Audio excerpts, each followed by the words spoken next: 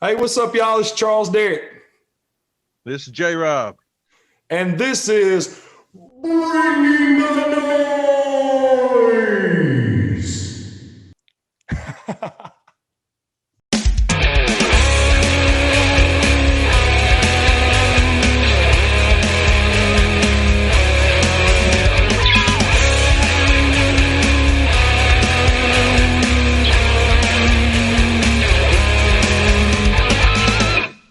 Oh, man, it's really weird not having J Rob with us tonight. J Rob has some work that's coinciding right now with the podcast hour, and but he will be back at some point on down the road. We're not sure when, but the seat is still there, and it will be there. He will be back at some point, and we miss you, J Rob, big time. Just want to throw that out.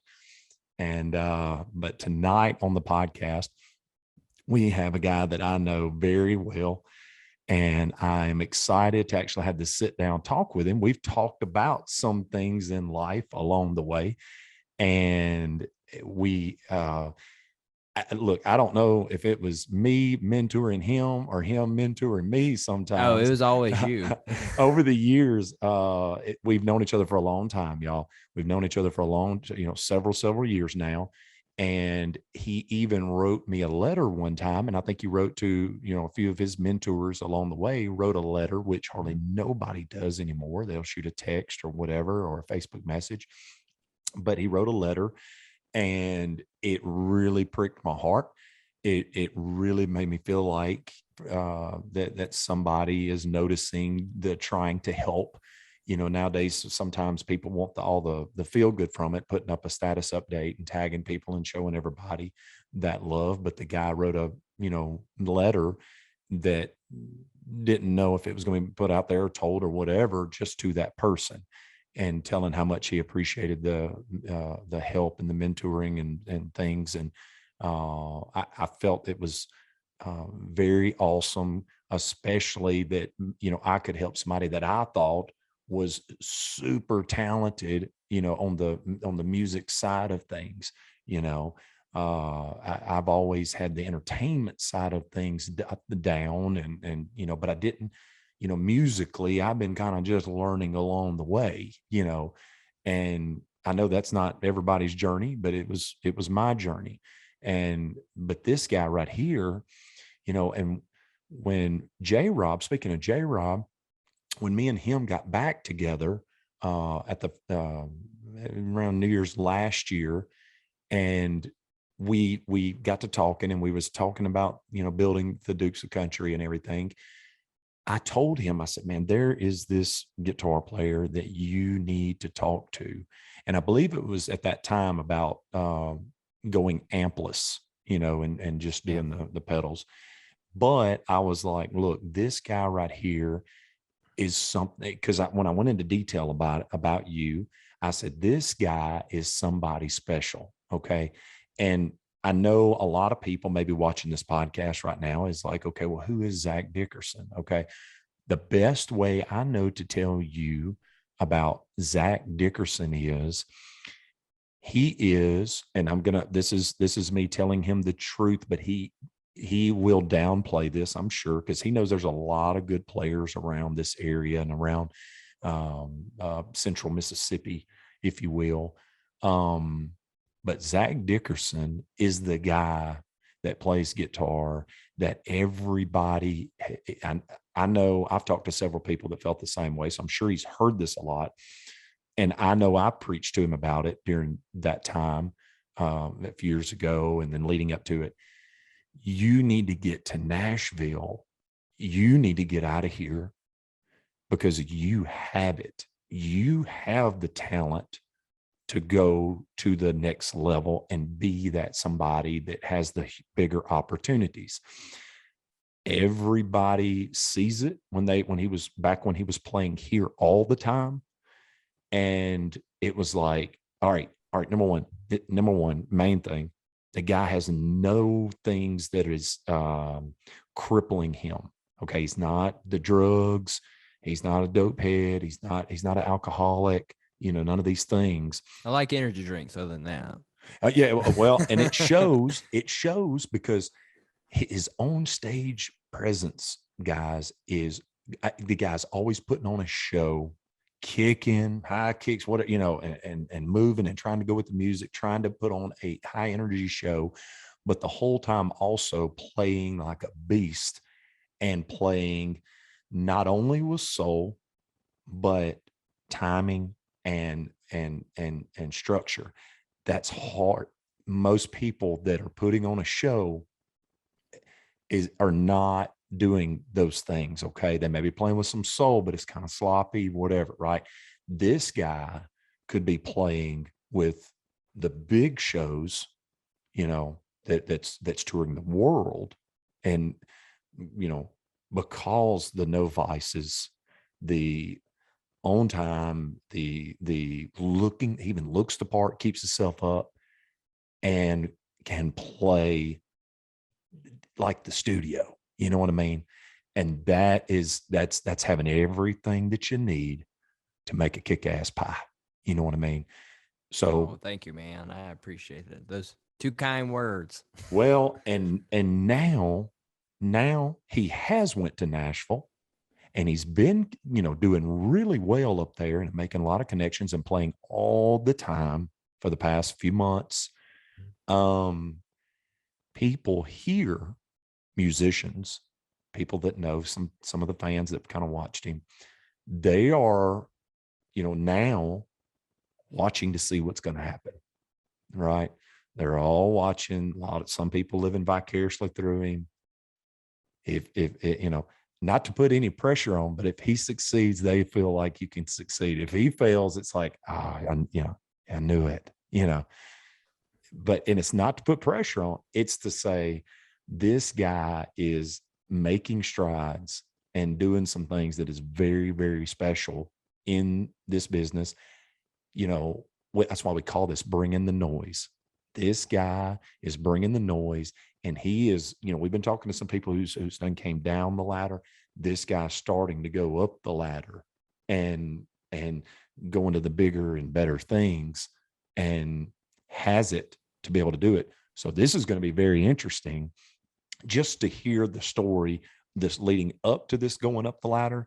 And it's also now going to be very interesting for everybody watching this podcast to go and watch this guy and follow this guy and see what happens, because the content he's putting up now in the past just 2 or 3 months has been pretty killer. You can tell he's making connections. He's working those shows at all those places, paying those dues in Nashville and killing it.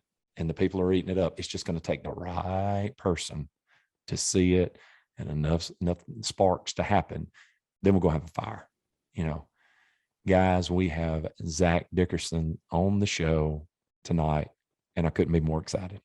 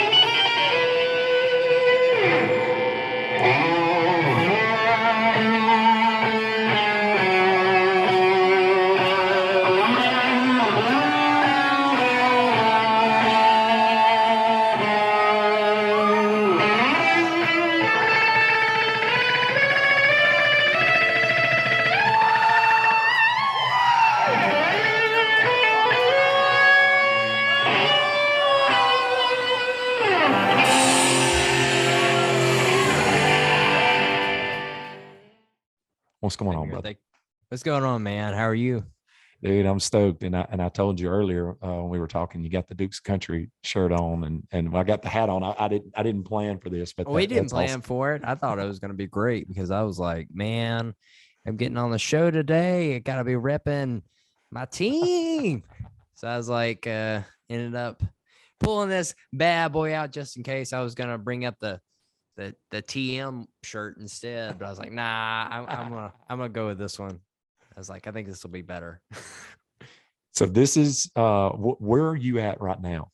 So currently I am in my studio slash girlfriend's daughter's room right now. But Hey, we'll it's a call cool this like the backdrop though. yeah. We usually we're still trying to dip this out, but it's supposed to be all, you can't really see it, but it's got stars and stuff on the ceiling and LED lights and everything.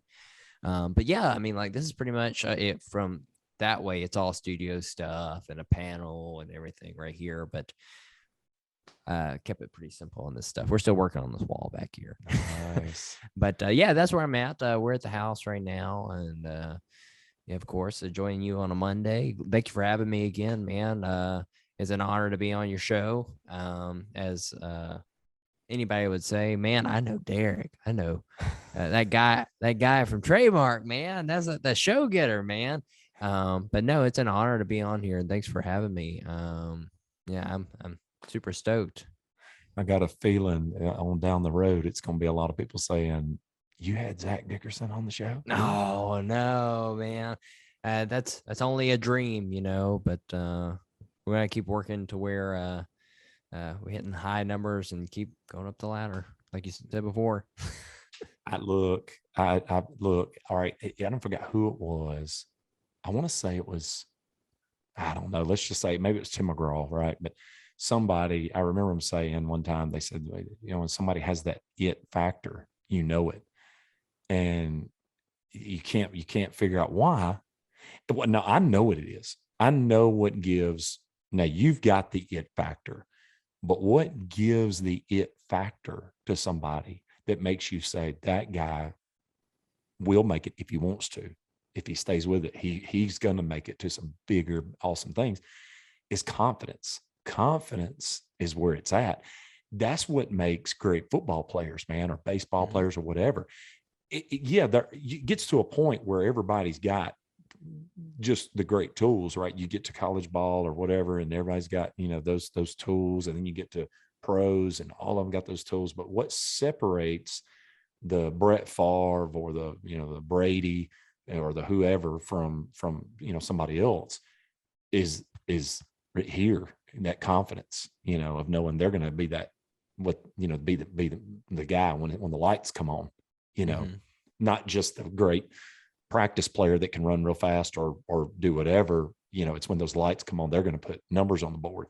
Was the same way even in the entertainment business. When the lights come on, wherever there's a crowd, same, you put it sports and music, or in the same entertainment thing. Wherever there's a crowd, you turn those lights on. Some people just flip a switch, and it's like, who is this guy? Some people don't even practice necessarily as good as they, maybe that's where the difference is. But like in sports, somebody may not practice that well, but when the lights come on, it's like, this guy, we need to get the ball to him every time. He just light like a piece of dynamite.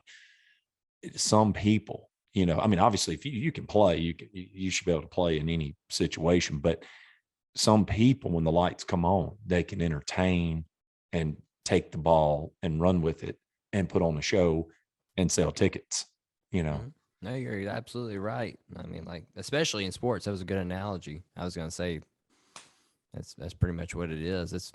But some of those players, I was like, man, they make me sick how good they are.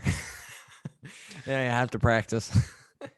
Well, and I know because you've told me that your practice regimen has really picked up also when you was, making the move to Nashville and thinking about all that.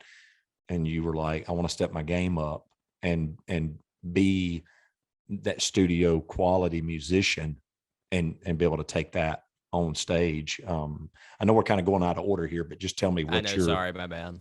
No. This is me. I'm just wondering if you tell us, about that, going from being a great fish in a small pond to I know I'm going to a sea and I need to try to become a whale in a sea. Right. Uh, well, I don't know. I think it was an intimidation factor. That was the biggest thing I would say. That it's like I strive myself on like learning everything from anybody. I don't think any player is better than anybody else. I think everybody stylistically is good at what they do. It's good to have different styles down behind you, but we all have like a specific niche, like kind of like style. Say, I don't know, Bobby Rush, blues guy. You're gonna hear Jimmy Page. It's gonna be rock.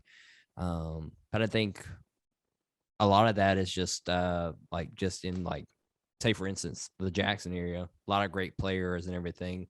But I learned a lot from watching a lot of different guys from different styles.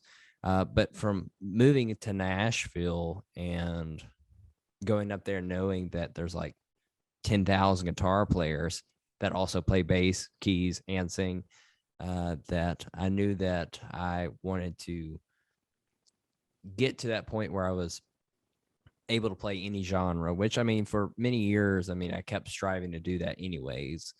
But I think as I was moving to Nashville, it was like, oh, this is a real moment. I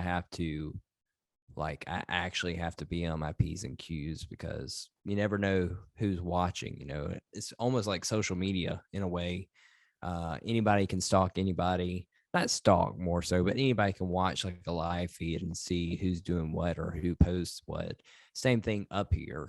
There's so many people up here that it's insane, that there could be a lot of opportunities and the word gets around real quick. So There's going to be yeah, opportunities. yeah. And people, there's times people are watching you that you don't know they're watching you. Correct. So that was the biggest thing. But yeah, I wanted to strive to be like one of those country players. So as we were thinking about taking the leap to Nashville, I just started honing in on my country chops more than anything, trying to learn the Nashville 100, which that's kind of dated now. That was like, I think that thing was posted in like 2005. So I was learning like all the Waylon and Hank Jr., Johnny Cash, Patsy Cline, and all that. But then when I got up here, it was so like diverse, like when it comes down to styles of music. And I think it just boils down to like what band you get into. So to answer your question, I mean, I really wanted to hone in on specifically my country playing more than anything and clean that up, so I could be like one of those bigger cats that could hang and like spiced up some of my theories so I could like go on the fly. And then I got up here, and the funny thing is like I ended up going to a jam night at Bowie's. I think my third week since we moved up here. I didn't have any job or anything like that at the time. I was just going off the money I had, just kind of like raking in whatever I had from savings and stuff, and then using that until I started picking up momentum. Well, I went to Bowie's and I was like, there's a rock venue in Nashville, Tennessee. It's on 3rd Avenue. It's like, you remember us going to Kid Rock's a long time ago. It's literally up that street, but there's like a big thunderbolt to the right side of the street, and it's David Bowie's place. It was called Bowie's. It's a rock venue, strictly rock. Yeah. And I got in there. I was like, man, I don't know a lot of rock now. So I was like, oh, this is not good, because like there's a lot of these standard rock tunes I've never played before. Like, for instance, Dream On. I've never played Dream On before. And we had, this is like some months afterwards when I ended up, now I host the jam night at Bowie's now in Nashville. Nice. And somebody asked us to play Dream On, and I was like, hey man, I don't know how to play that intro part. He's like, well, you better learn. So then just being able to think on your feet, so it made it to where it wasn't what I expected coming up here, like what I need to work on honing in just strictly country. And I think it was just stylistically everything, but like in the band that I'm in at this current time, we play a lot more rock than anything. We'll play country, but there's a lot of rock tunes that I've been just working on, a lot of like progressive stuff to build up speed and technicalities and like clean up stuff more than anything. A lot of right hand techniques and everything. So I know I keep going back to, so that answer your question part, but yeah, I mean, like I moved up here and I was like, man, I just really need to start working on my practice routine. So usually I try to practice at least like 2 or 3 hours a day. And when I can, and a majority of the, like maybe an hour learning new tones that I haven't, because like I got up here, I think the first time I was playing on Broadway and I filled in with a chick singer. Now, if you don't know, a lot of chick singers sing a lot of Miranda Lambert and Shania Twain and Gretchen Wilson. Well, I was upstream out of paddle, if you want to say that. Yeah. Because they sent me 500 songs like 3 hours beforehand. I was like, yeah, I know a good portion of these. And I got into it's almost like taking a science test. And you're like, all right, all these questions, as long as they don't ask these, I should pass. But they end up asking all the questions you didn't want to be asked. Yeah. It was like that the whole night. So I was like red faced the entire time, like, man, I'm not going to get another gig. And that's another thing, people are always watching, Yep. And that was the biggest thing, like why I wanted to get my chops up, is because I didn't want to have that situation happen, and I learned my lesson. Okay. So, but can you lean on the number system a little more? I mean, you still need to be familiar with the song, I guess, to a certain extent, but I mean, hey, a person's catalog's only going to be so much of what they've listened to or whatever. I mean, how do you balance what songs I know versus that number system? That's a good question. So the funny thing is that I've run into a lot of players that I've played with before that use a number system, and then I've run into a lot of players that have no clue what the number system is, which it can be confusing sometimes because, say a song that isn't actually D major, somebody starts on B minor and some people say it's in B minor when the song actually is like hovering towards a D major. It's just sitting on a 6. That can be confusing because like, for me as a guitar player, say I'm playing the song, I don't know, like Hemorrhage, or something like that. Hemorrhage sits on a 6 the entire time, and then it comes to that main song, I don't want to come back down from this love. It goes to that 1 chord. Well, if you told me that the B minor was the 1, it would just be misconstrued and we'd be all over the place. So I think that's very important that you do know Nashville numbers, because when it comes down to keys, it could become a train wreck real quick. Correct. But answer your question, it gets used a lot, specifically, when specifically I don't know a song, it comes in handy if somebody, a bass player, is going and then, or yelling 6 across, or here's the top of the song again, this is where we're ending. All those key signs really help. It does like or bass coach. Yeah. But, I mean, but hey, it when we ate with Mark at Blake Shelton's place, that I want to say the bass player was, or they were telling the bass player those numbers. I can't remember. Somebody was hollering across the stage, those numbers. Yeah, they're fantastic. I mean, it saves people a lot of trouble and it helps you through the song. Like, for instance, it can be any song. It doesn't matter what song it is. You can pick any, like one. You can say a song in the key of G, and say it's 12-bar blues, or then you want to change it. I mean, the 1-4-5 or just numbers in general will help with that. So in any key, just going 1-4-5 in the key of A flat or B, it still works the same way. So I think it's very essential. I think It sounds like it is, because if you, like you said, if you tell somebody, oh, this is a blues and a G or whatever it may be, if you don't tell them about that bridge that's in there, or that turnaround that's coming up where we actually do that twice, or we do whatever, they may not know, that song that well. Right. And if you didn't tell them those specifics in there, I can see where that would be, very bad. Oh, it was. We had one thing a couple weeks ago. There was a bass player, which he's a phenomenal bass player, if I get this right, don't quote me on this, I think he was the second bass player for Foreigner for a little while. But he sat in with us a couple times, but he didn't know the song Teenage Dirtbag, which I didn't know for the longest time either, but it does this weird thing in the chorus where it goes, it's in the key of E major, and it goes 1, 4, 5, 6, 3.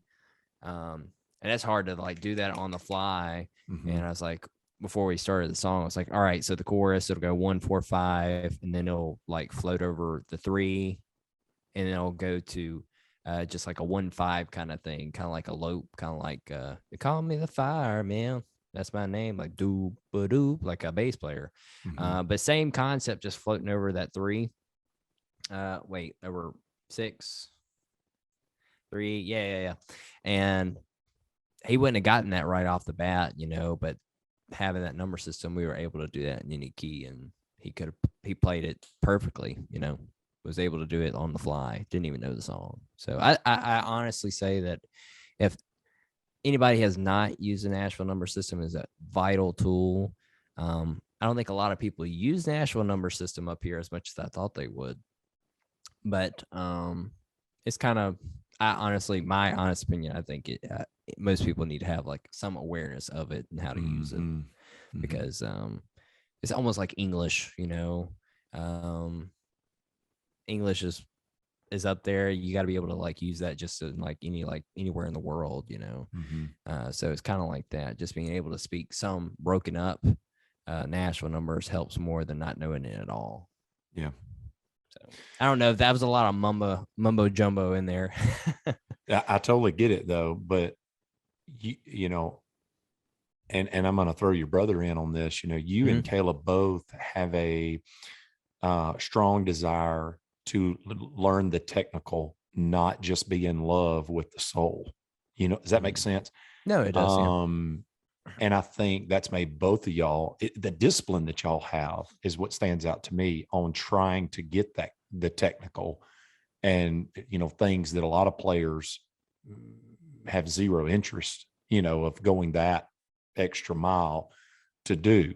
It's a lot of discipline, man, to do all of that stuff. And it shows, in your playing, and makes you be, set the bar. I mean, just like with Caleb, our expectations, we needed somebody that had that kind of discipline with what all we're trying to do with all of that, the technical side of things, with clicks and tracks and all this, nowadays the bar is set so high, and I can see it being a different Nashville in some ways than it was 20 years ago when, my age group would have went, people tried to go up there. But, the discipline that you guys have, where does that come from? And tell me a little bit about that. Yeah. Man, I think a lot of that is like kind of like ingrained from my dad, and then I think a lot of that is from, it's kind of, to say it in a nice way, kind of like revenge from childhood stuff. And then I think a lot of it was just like wanting to be like that, like top tier. I always wanted to push myself and just like be up there with like some of my favorite players, and I knew that being a perfectionist was gonna only help do that, even though I know that to this day I end up messing up all the time. I have like goofs all the time, and I call myself out on. I laugh at myself majority of the time, and I'm like, I tried this run, and it was out of key, but it'll be okay.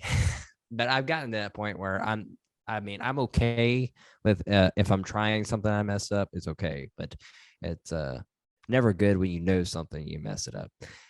But I think the biggest thing that strives, I think it kind of like runs in our family and kind of like was ingrained from my dad. And I think early days of us like playing baseball. Baseball is like a big thing for me growing up. I know that we started like when I was like 5 or 6 playing like, I don't think we played T-ball. I think we played buddy ball, I think. But yeah, I think he just hours because like my dad went to the extent of like building us a batting cage in the backyard, getting this concrete slab, doing the lights and everything.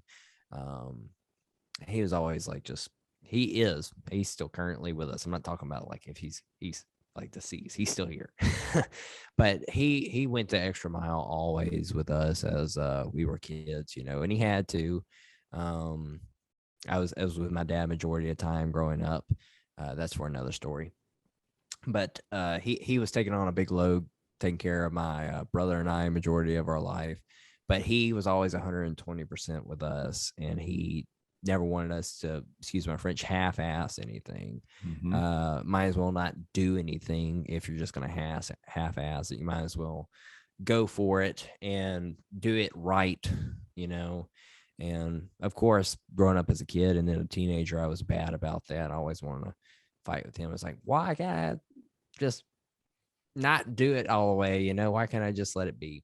But I think I realized that really like helped me through a lot of times, like when I was like being competitive in sports and then going through the teenage age, specifically with baseball, being competitive in like junior high, trying to get to like varsity teams, competing against better players than me, and whether that be baseball or track or football, but specifically baseball, I knew that I had to be top tier, even though I knew I wasn't.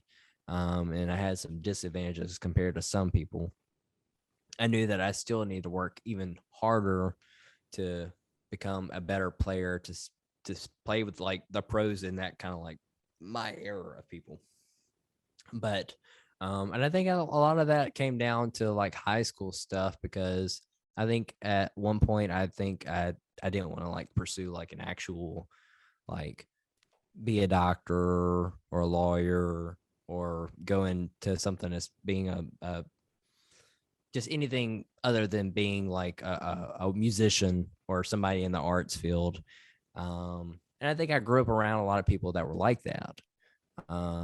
But I think it was looked down on. And I think some of my colleagues in junior high, more than anything, said a lot of things, like I named them, but they ended up like just like making fun of me. As you can see right now, I have a hard time speaking on the mic, even though I usually sing now compared to like what I was before. But I was so shy and nervous to talk because I would slur words, and it would just be hard for me to like conversate with anybody. But I think any time that I was like going to like think my thoughts, I would get bullied about like what I would want to do in my life. And I think I wanted to be a musician, at first I did. And I think I wanted to go into music education. And I had a colleague of mine that would just like totally laughed in my face one time about it, and just thought it was the stupidest thing. Mm-hmm. And I think that's just stuck with me for years, that I was like, all right, mofo, I'm going to show you. And I guess like that little bitty thing from just that one little area when I was in middle school has driven me to where I've always been, why can't I surpass that? Don't tell me I can't do anything. I'll prove you wrong. And I mean, like with anybody, nobody wants to be wrong. And I certainly don't want to make myself wrong. I don't want people to be like, yeah, that loser, he shouldn't have pursued that. And I just tell myself that I might as well shoot for it, I might as well see where I can go with my life and see how well I can go that far, and see if I don't push myself to do that, I'll never know. So, and I think I get anxious from that, from just being like, no, I'm not good enough with that. And I think that was for years I was like that. That's why I didn't like pursue music right offhand. It took me forever to do so, because Get that confidence that you needed to step out of that comfort zone of where somebody else is telling you can't go. Yep, that's exactly what it was. So I think that little incident from when I was in middle school really like just told me that I can do that, you know. So I think I was like 14 or 15, you know, I really started pursuing guitar, you know. And my first instrument was saxophone. And I think we were talked down because it was lame to be in the band. You know, I went to a very preppy school that was all about football, which I have nothing wrong with that. I mean, I played sports too, but I also had a love for music, and I grew up in a household where there was music always around us. My dad was a big 80s hair guy, you know, he played in the band Probable Cause, which I think Trademark and Probable Cause maybe crossed the same roads at some point, but they were like late 80s, early 90s. I don't know. And then my grandmother, she was classical all day, every day, you know, Haydn, Bach, and everything. So totally different worlds. But I ended up falling in love with the heavy music, of course, from my dad. He listened to a lot of Mudvayne, Slipknot, Van Halen, Whitesnake, and everything. So I mean, I just jammed on like the stuff that I liked, which I think anybody that is wanting to get into like any type of instrument should play what they like. You know, there's no point in like doing something if you're not going to like it. You know, so to answer your question, yeah, I think just like those little little pieces of things just riled me up to where it just made me be like 120% that I just go the extra mile, not to prove somebody wrong, but just internally in myself, keep myself aware that I can do this. I just got to figure out how to do it. It's funny you said that earlier about somebody driving you from a long time ago, because I literally today thought about putting up a status update that said, but I didn't want to seem after I thought about it, I mean, it sounds like so egotistical, but I wanted to, but it's the truth. I wanted to put up, I've literally made a living off of proving certain people wrong. And I think I'm going to continue to do that. It's what's drove me is, you know, those few people that said you can't do that, or you're not going to be able to do that, or you need to, you know, dude, I've literally made my living most of my life off of proving those people wrong, you know? Yeah. And you know, I just wondered where that drive was for you, but it sounds like it's kind of the same thing, you know? And at this point, it don't matter. You're not even, it's like this inner thing. It's, you know, to me, it's not even about that person anymore, or those people, whoever it was, you know, that said it along the way. It's more like I just try to keep them in there for my sake of staying on track, you know, because I think at this point, I'm sure you've done crossed over enough bridges that you're like, the confidence is there, and you know that you've kicked some ass, and you're like, I know I can do some damage now. I know, but you want to. You also know that I need to keep my drive hungry if I'm going to continue to get better. So I need that fuel to keep fueling me. Otherwise, I'm going to be a dying horse instead of a racehorse. You know. No, you're exactly right. That's exactly, and I think you summed it up pretty much exactly how it was. Like that those people that I mean that I had those confrontations with. Sorry, I'm slurring words. They don't even cross my mind. That's water under the bridge. Everybody has like high school moments, and people like say stuff to, like, I don't know, just get attention, at that age, we're all young and dumb, but now we're adults, but like you said before, that little bank of energy does keep me on my feet, because there's been times where I've gone a week without playing guitar, and I feel like I'm almost just like, I don't know what to do with this, and my playing's not as clean, and I end up getting lazy, and I feel that with my weight and stuff, like exercise and anything, and it's hard to keep that yo-yo going, keep Yeah. it from going way too high. It's a nice balance. So you summed it up correctly. Yeah. I've always said the hardest thing for a human to do is balance things, life. It's the hardest thing to do, and whether it be, you know, more money, time with family, weight, exercise, work on my art, what I do. It's like the hardest thing to do is to, and I've found I don't do it like I should, but making notes helps, and goals, and things like that Oh, that's good. Yeah.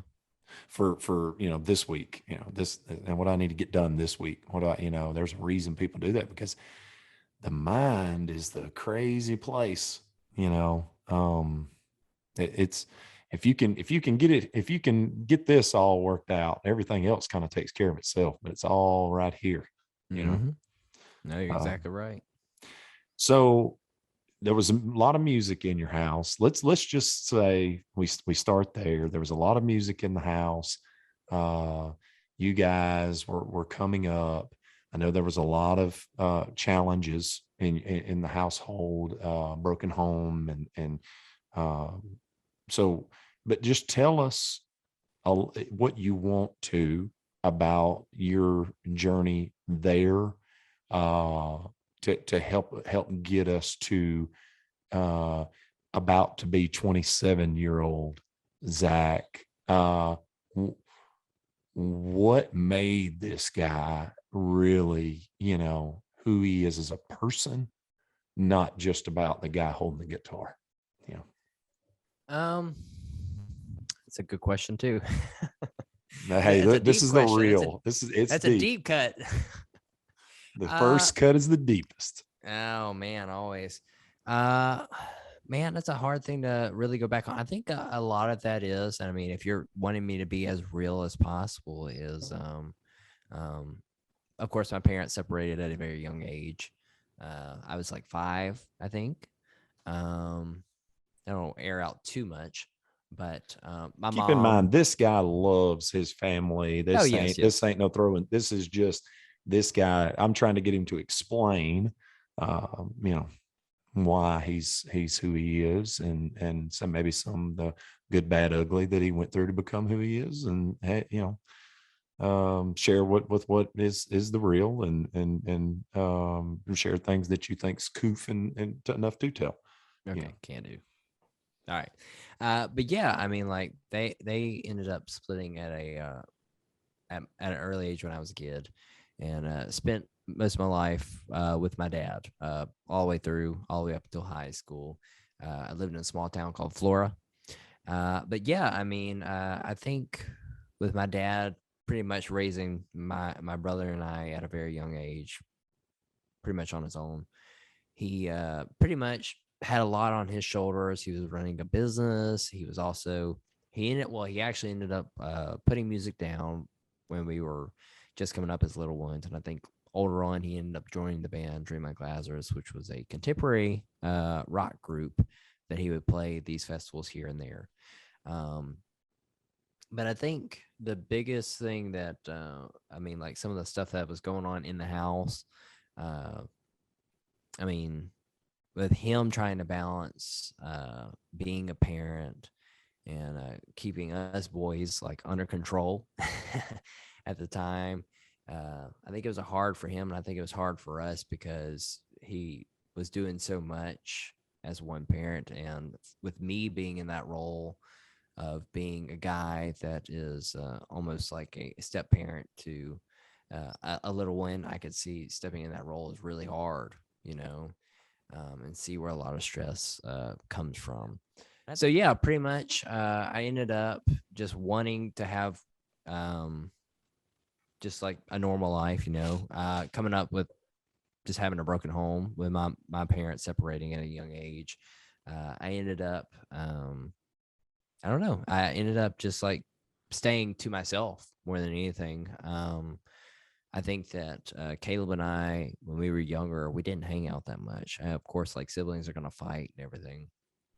But I think I mean, majority of my life, I was mute. I know I use that word strongly, but it was pretty much what it was. I was a child of very little words. I don't know why that was, but I was always quiet.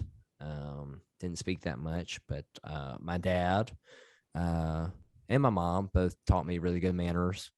Growing up in good old South, and there's a whole lot of yes ma'am, no ma'am.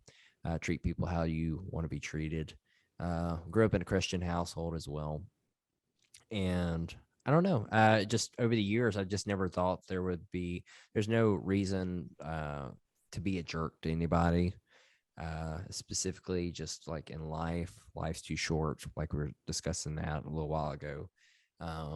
That life's too short to be mad at somebody, and life is too short to cause tension between people. It just makes life harder. So I think just growing up like with that mentality to just be friendly with people and urge to have that friendship with people always was a big thing in my life. So I always went out of my way to be kind to people, and always was humble, and I think a lot of that comes from my dad not being humble. Okay, so let me back up. So my dad, I love him, but he is not the most humble guy. I will call him out on that a little bit.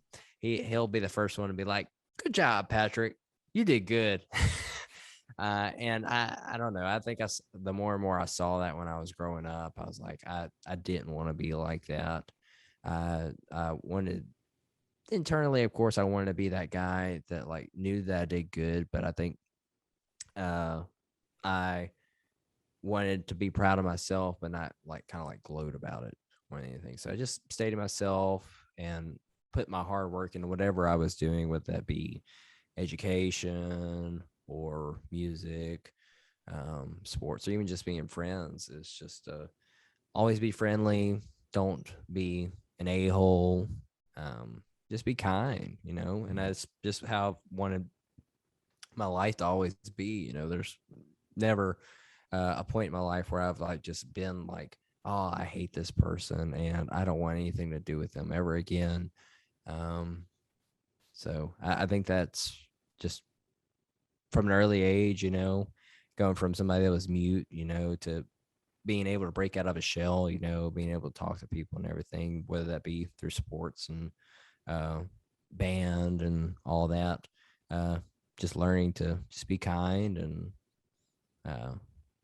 be kind, be nice to people, and don't do stupid stuff to people, that you're going to regret.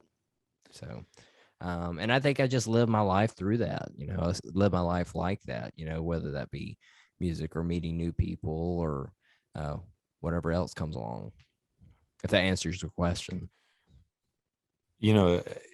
Just you talking about being a quiet person and a mute, as you said, but I know a lot of guitar players. It's kind of funny. Some of the really, really good guitar players were like that when they were younger. And I think it made them like really zone in to learning the guitar and kind of, keeping the world out.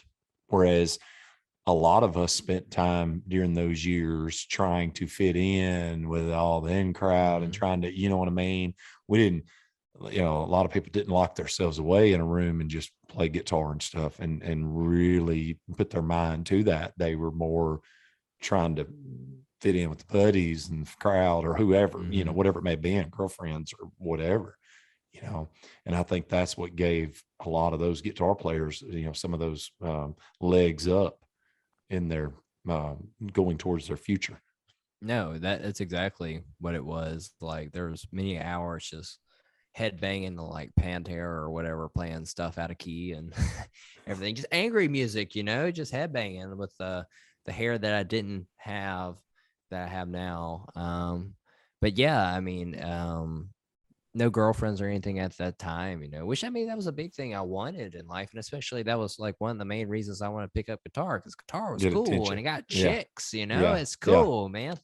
I don't know. It's always been like an edgy thing, that people always like or talk about. Everybody can relate to that. So I think that was kind of like my outlet, that I was like, all right, I need to get good at this, and then later in life, it's not even about girls, and it's not even about putting on a show or money or anything like that. It's just truly the love for it, and I love doing this for a job. It's always been a passion of mine, and nothing I didn't think that I would be able to do as a career. Question though, a lot of those people that I'm talking about, do you zone? Because me and Topher talked about it in his podcast with me and J-Rob. We talked to him about it. A lot of those guitar players I know that are like that, maybe he had a similar childhood as you. Today they zone out. Like, for instance, the joke was driving a car and you leave the windshield wipers on and you're not even thinking about the windshield wipers going. Your mind is so like just, out there that you're not even aware that it's not raining anymore and the windshield wipers are still rubbing the windshield.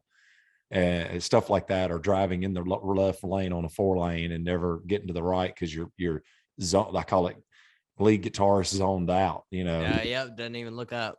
Do you do that?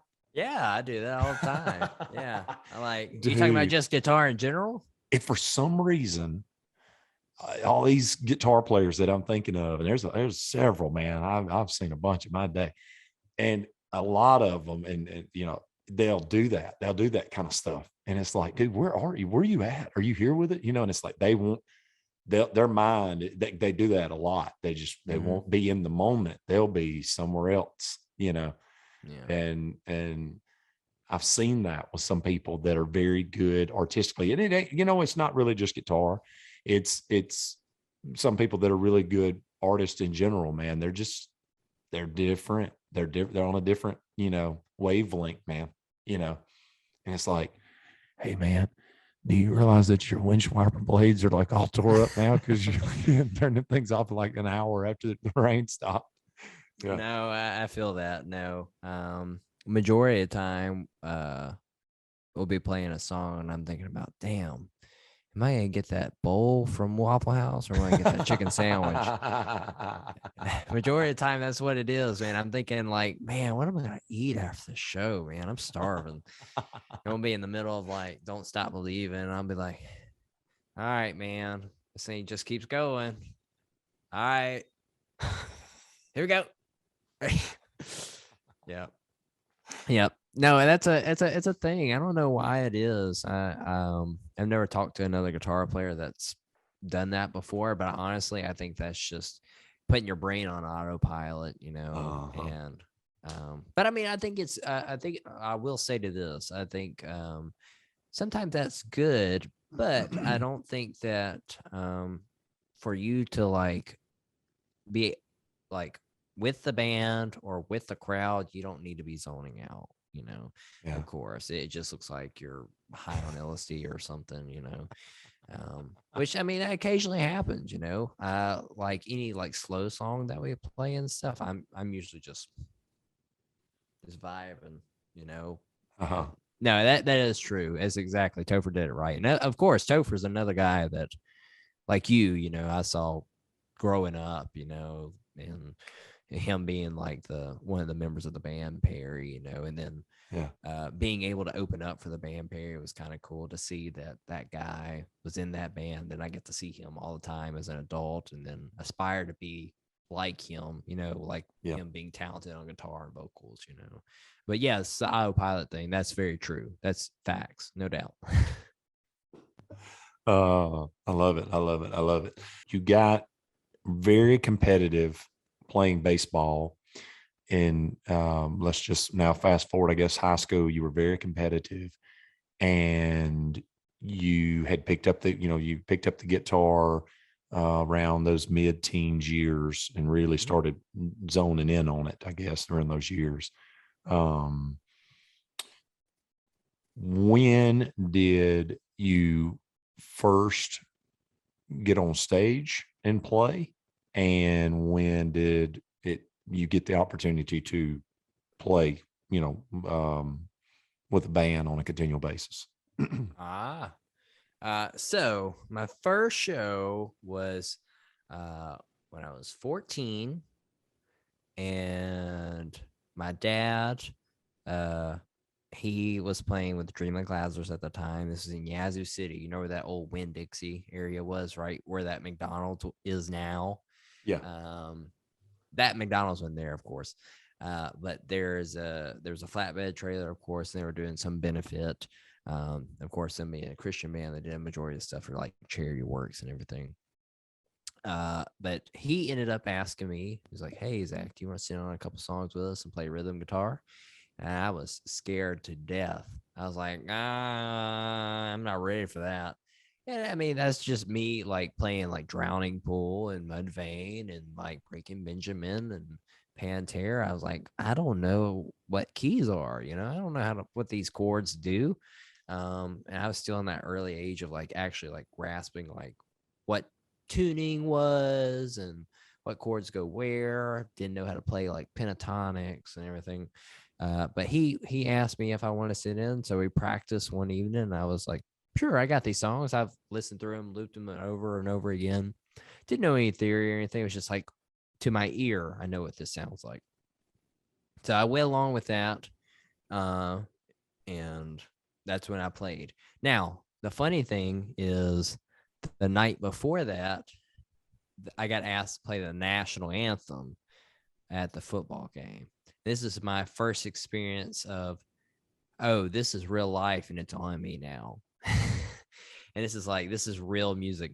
And well, that's got to be nerve-wracking as hell, even if I mean, if I had to sing the national anthem for a football game and it's just me and it's just that, I mean, that's on the spot, man. That's pretty heavy right off the jump. It was literally, I think it was around my birthday at that time, because I think I just got that guitar. I bought like a $200 Les Paul, like Maestrom Les Paul, and then my dad ended up buying me like a Zach Wild custom Les Paul after that, and I was like, "Oh, this thing's great! I'm gonna play it at the show this Friday." Well, they ended up saying the prayer, and I forgot the tuning of my guitar was in like drop D at that time. A lot of tunings for like heavy music. And I was like, this doesn't sound right. And I was like, I can't start over, as I started to do it. So I'm kind of like fumbling around the neck at the very beginning, like the ba-da-da. It was like ba-da-do. And it was the wrong note. And I was like, oh no, this don't sound good.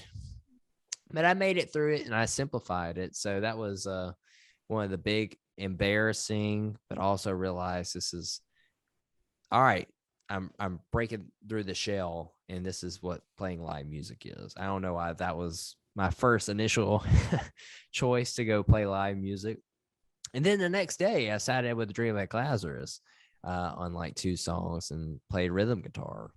And after that, I ended up just practicing, because I knew that like, since I like already popped that cherry, I said, well, it wasn't that bad, and I harped on it for forever. That I was like, man, I messed up this note, and then I wasn't in key. I'm too loud on stage.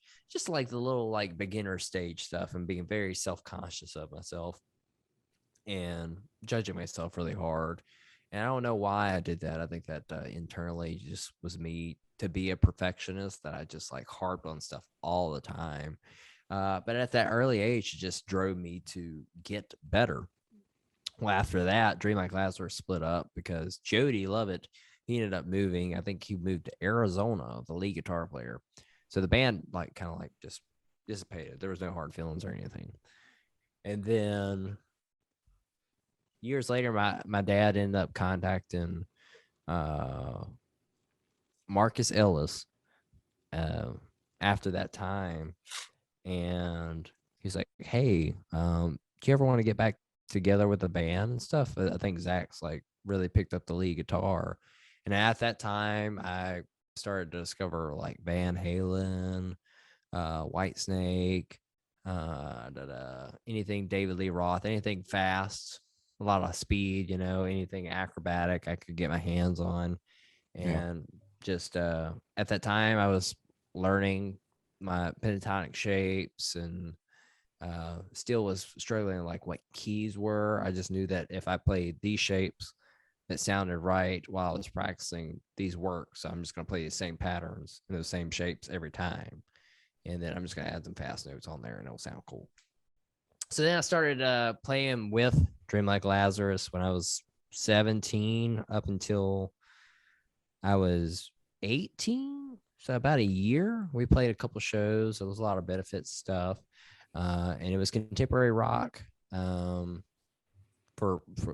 contemporary Christian rock. And I played with them for a little while. And then after that, I kind of like was like trying to take music even more serious. I was wanting to go to school for it. And yeah, I mean, after that, I was strictly going to go play baseball because I got a scholarship to go to Hines. And I was going to start studying music education. But this was like before I even was going to school or anything like that. And then I wasn't in the band because the band ended up splitting up. And after that, I got invited after a senior party at my friend's house, Peyton Barnes. He ended up getting me up to play with this band. It was called Truck Patch Revival. You may know them. It was Frank Caswell. Yeah, I remember that band. Yeah. But they got me up to play on a couple songs, and their bass player, Horace Willis, he ended up saying, well, hey, you need to go to this DMI camp, which is the Delta Music Institute. And they have like a summer camp where you can go in there and play music, learn the technology side, learn the business side of everything, singer, songwriter, if you want to be a studio musician, a live musician, copyrights, contracts, concert promotion, you name it, cyber PR. So then sure, I'll go try it out. And actually, lucky enough, Peyton Barnes' family, which I don't know if they're going to watch this or not, but they ended up gifting me that, and they ended up paying for my whole trip there. Wow. So they ended up paying for that entire week, and Peyton and I to both go up there and do that thing. Because I think it was the same thing that, which like I'm humbled. I think they saw something in me, and I knew I couldn't afford it, and I wasn't going to ask my dad to, because I think, of course, he wanted me to play music, but I think he was a little more upset that I wasn't. He wanted me to pursue baseball more than anything. He thought music was a side hobby, and I thought music was a side hobby too, And I was like, that's why I wasn't interested in it going to the camp. I was like, nah, this is something I'll do on the fun, and I'm gonna stick with baseball and see where it goes.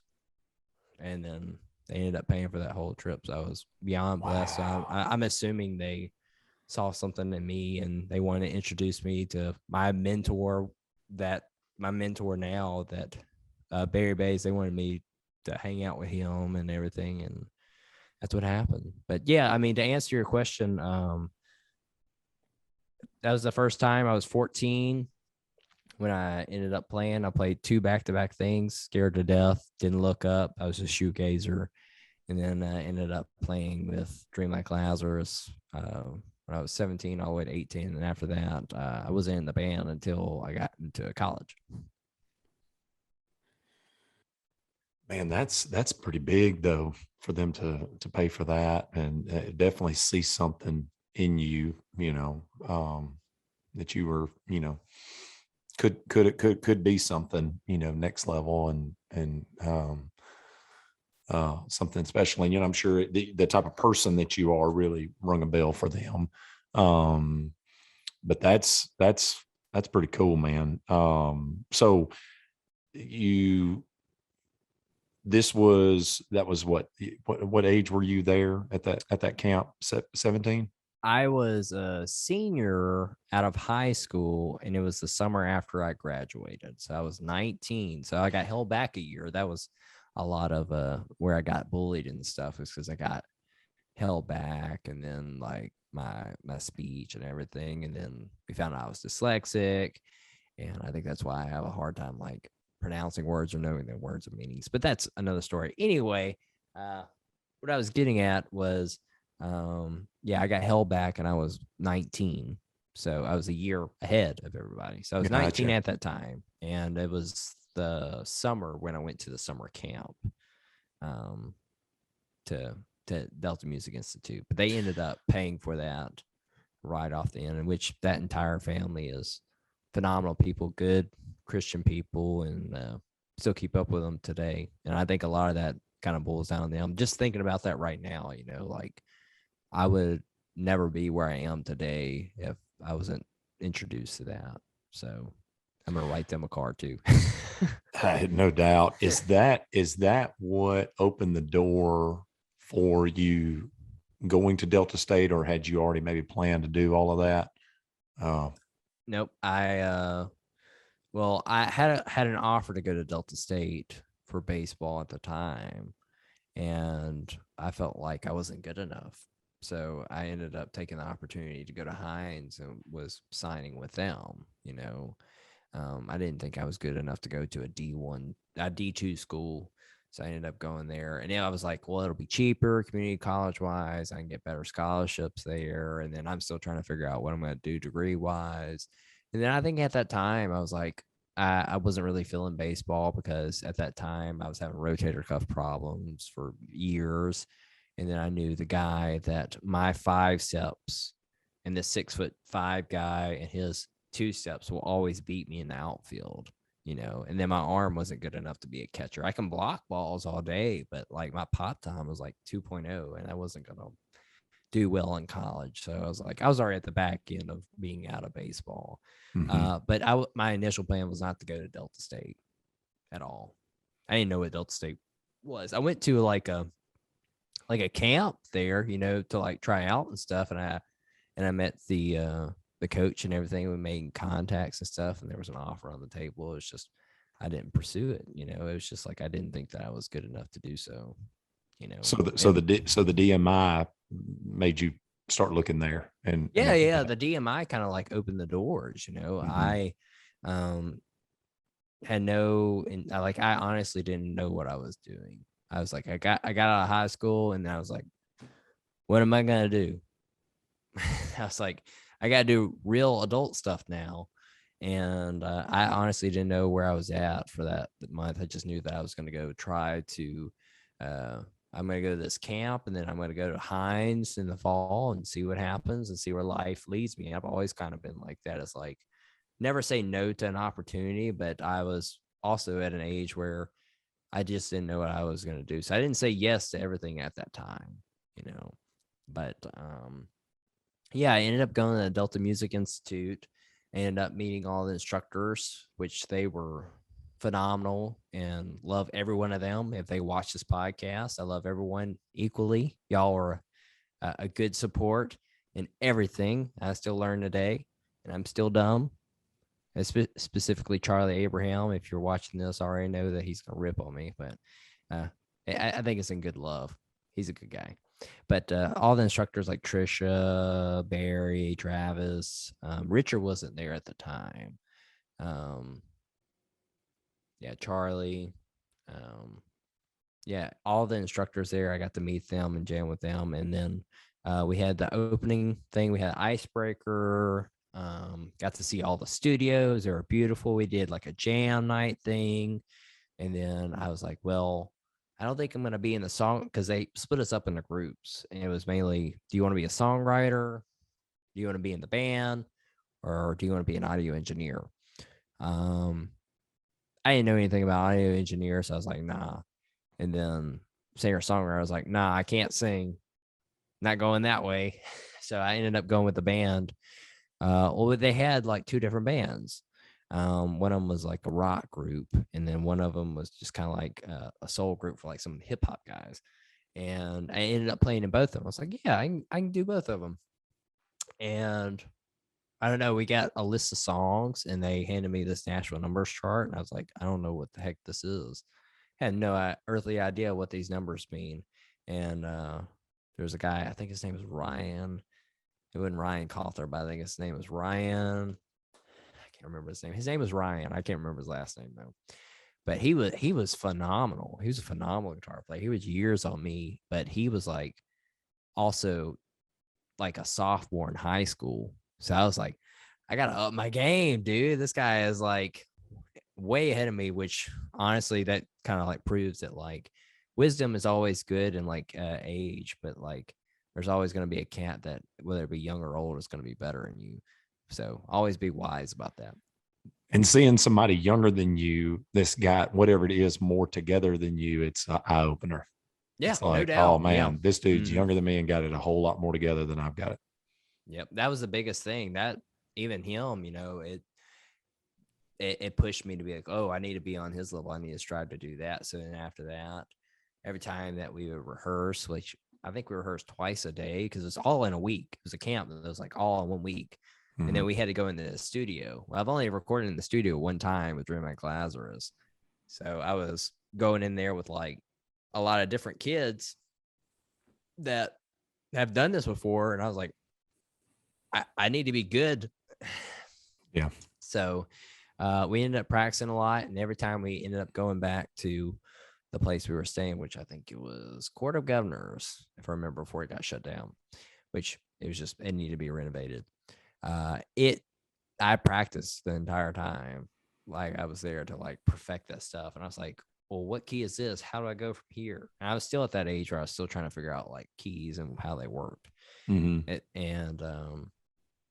Yeah, I mean, that really opened it up. And then we had the showcase and I was ready. I ended up actually recording on, no, I didn't record on that, but I ended up playing on the original song with Peyton, the guy, parents. They ended up playing that. We ended up doing like one of his originals. I played with another person in their originals and the rock band and everything.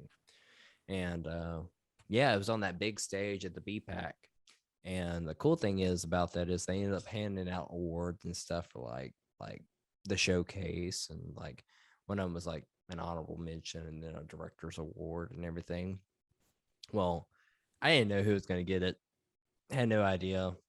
And then I look up and they say Zach Dickerson. I was like, no way. So I ended up getting the director's award. Miss Trisha, she ended up handing it to me, and I was in such shock that they picked me out of everybody to get the director's award. And after that, I started talking with Barry, and he and I conversated, and especially my dad too, about coming to Delta State, you know, and Miss Trisha too. And Charlie, which he was he's the one that kind of like led me through, like I took Charlie classes the entire time, but he was my main like advisor the entire way too. But he helped me from the entire 4 years. So after that, I ended up signing out all my classes at Hines. I ended up like, I'm not going to play baseball here. I applied for Delta State within a week, got approved, and then try to shop out as many scholarships and grants as I could, as fast as I could. And then 2 weeks later, I was at Delta State. Nice. So that's how it all kind of happened, man. It was very weird, but I fell in love with it. I was like, they have jobs like these? Like you can actually be like a live musician. That's a thing you can do. I thought that was just in dreams, or be a producer, you know, or a singer-songwriter, or be a co-writer on stuff. You don't even have to be an artist, you know, you just be somebody to write songs for people, and then lighting techs and you name it, lawyers, you know, a whole industry that little Zach didn't know about. Yeah. And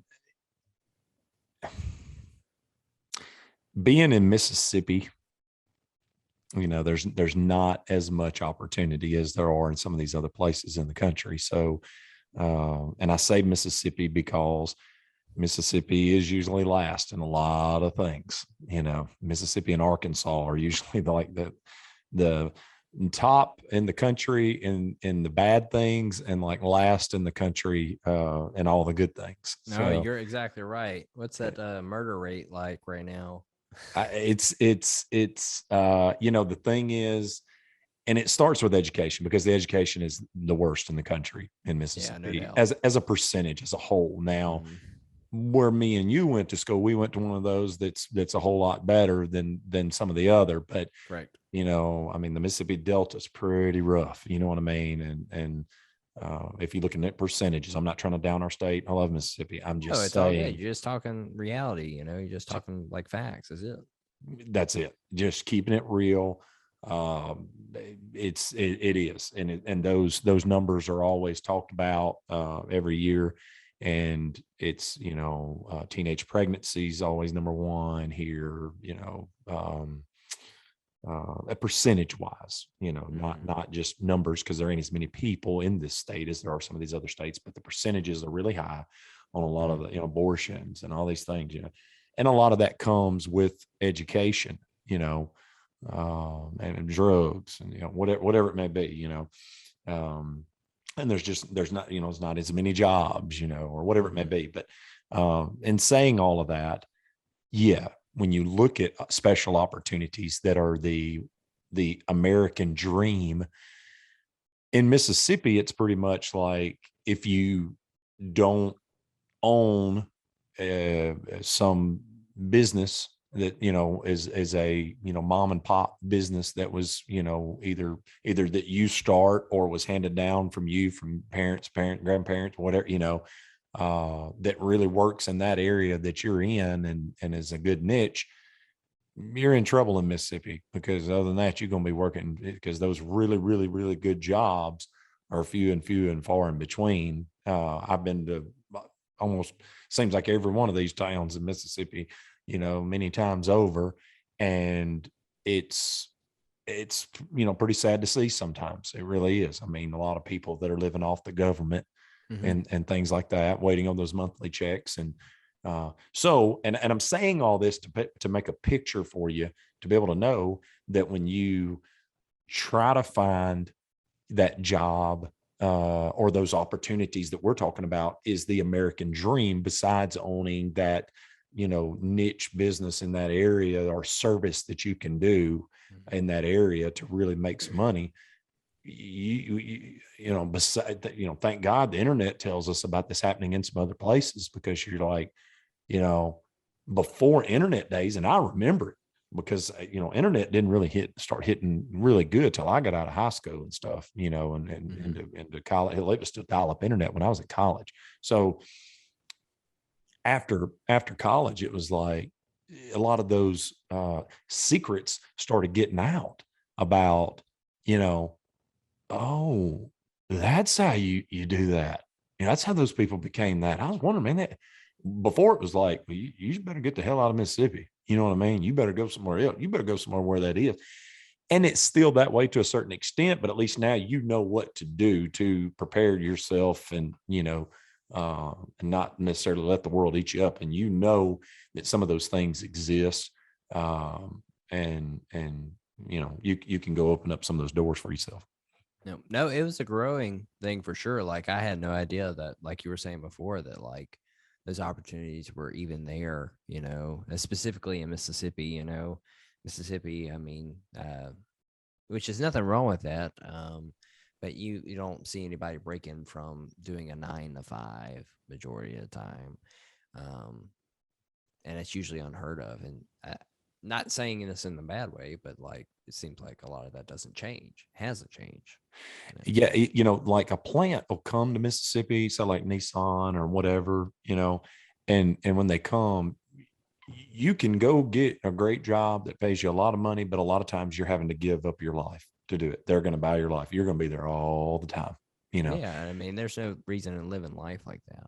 Yeah. And it's like, and I'm not downing anybody that does it. I'm just saying that I understand it. I understand and wanting to, provide that kind of money, but it's almost like you're making it for somebody else to live, because you working. You better get to work. You know what I mean? That's it. You got to be at work, man. But the Delta, and it's kind of ironic to me that we're talking about this, because when they brought the Grammy Museum there, and even the stuff that you're talking about that was there, and a lot of those degrees and opportunities to be able to get there. It's kind of ironic that that's in the freaking Delta, and a lot of people say, well, the music's been in the Delta for a long time. Well, that's true, but it was poor man blues, man. I mean, we're talking about folks that didn't have anything. That's what it's known for. It wasn't known for being able to go make a huge opportunity for yourself. And now it's kind of ironic that some of those things are happening in a place where opportunity was dead in the water pretty much. No, absolutely. Like a lot of people will say, which is very true. I mean, like with Dockery and everything, a lot of like blues musicians in slavery, it's like roots of like American music, that's facts. That's why we have a second Grand Museum. That's why they argued that for the longest time, which I'm just quoting off of somebody. I'm just like paraphrasing from somebody else. But I mean, that was the whole reason why they had an argument of like where they were going to put the second Grammy Museum, because they were arguing between Chicago and Mississippi, whether what was more authentic or where the true roots of American music came from. And I mean, it's rooted here in Mississippi, and all the legends that come along with it, and of course, we've had a slew of musicians that have been beneficial, and a lot of people came here, that.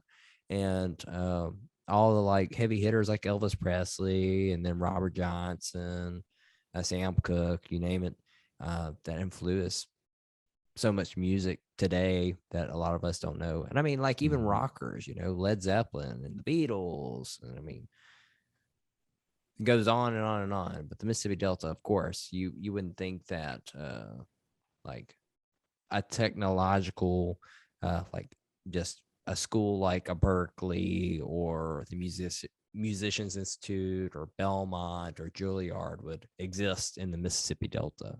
And I think it's a niche product, but I think that there's no other experience like it. Like I don't regret the school that I went to and the knowledge that I learned from it at all. I would have laughed even back when I was getting going and going to the Delta in like 04, 05 and all that stuff. I would have laughed at somebody if they'd have said that they were the Grammy people would have brought the Grammy Museum to Cleveland, Mississippi. I would have been like, there's no way in hell that's ever going to happen, So it's absurd.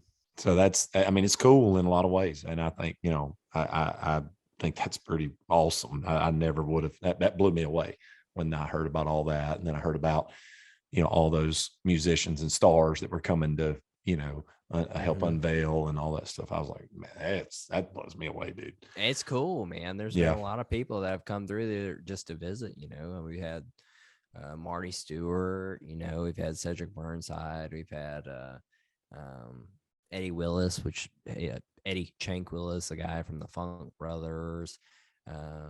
Didn't BB King go over there before he died? I think he passed away before that happened, because I think they unveiled the Grand Museum in 2017, March of 2017. Okay. I think he passed away in 15 or 16. Gotcha. I think I'm not sure. I'm just trying to think. Which, funny enough, one of the guys, Robin, the guy that I played in the funk ensemble, he actually played at BB King's funeral. Oh wow! Yeah, that's huge. Maybe that's what it was. Okay, so he was buried. He was buried in Indianola. Mm-hmm. Okay. Maybe that's where I got the confusion. I'm actually looking this up just to see. But okay, so and you finished it at Delta State. Now, was you already playing? Did you already get or was it still Probable Cause at that time? What bands did you get involved with when you left, or while you were even at Delta State? Yeah, that's a long-winded question. Gotcha. So, well, I mean, it's not to simplify it. Probable Cause is doing a reunion thing, kind of like Dream Like Lazarus was in 2015 and 16, and we got Wade Avery to sing, and then we had just Clayton Pell filling in on bass, which Clayton, he's a big, just local musician, which he's a badass bass player, goofy as heck. Probably the coolest. Let me explain to you how like authentic this guy is. He'll wear, which if any kids are watching, he'll wear a I Love Squirter shirt, and then he'll drive up. He owns a hearse, so he drives a hearse, and then he's got a top hat. Usually it's white and black, and then he'll have his Converse matching white and black. And he's got a beard down to here, hair down to here, and he just walks around like a dragon. And he's just a long, lanky mofo, and he's just beating the crap out of the bass strings, man. But he's the coolest partyingest guy you'll ever meet. But he filled in with us. He was with Hurricane for the longest time until we started getting going. Then we tried to audition different bass players. We had one for a little while, and then that band kind of dispersed. And then after that, I was in a cyber PR class when I was, I think, a sophomore in college, I think. And after that, I was like, which I'm not throwing any dirt, but I was like, man, what we need to do is we need to make a parody band and not call it Probable Cause. We should just call it Just Cause. And Dad and I conversated over that, and we just kind of like sprung up with that idea.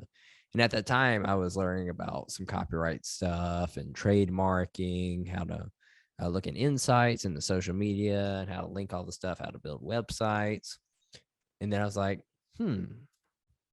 let's see about this. So then I went to go look up through the Library of Congress and all that stuff to see about all the legal stuff that goes along with it, trademarking, getting an LLC and everything. And I was like, wow, that name's not even taken yet. So then Dad was already talking to a guy named Trace Hunt at the time that was in a band called Wet Floor, and he filled in an audition for them. And then Trace said, nah, I'm going to go with Patrick, and left that band. It was just like any musician, they just cheating on their bands, that's just pretty much what it was. So Trace ended up coming down for a rehearsal, and then we ended up getting Clayton again. And we ended up coming up with Just Cause. Well, I think our first show was like December 2nd of 2016. And then after that, that kind of sprung into an actual business. I mean, we're getting gigs here and there, and then we were playing for the Door. Majority of the time at the Hideaway. And if anybody remembers, which I will talk some smack on this guy, the Hideaway is not a good venue to play at. It was just people were just getting mistreated left and right. He wasn't paying the band. I'm not going to mention the guy, but just shitty towards the bands, crappy time slots, lied a lot.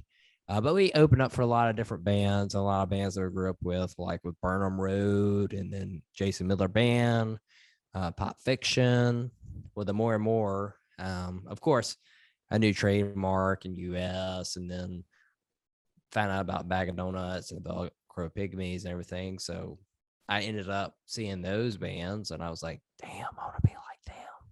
So my dad and I aimed to build that product, to be like the heroes that I saw growing up and build the same product like that. So that all kind of like sprung up in college from like just a class project.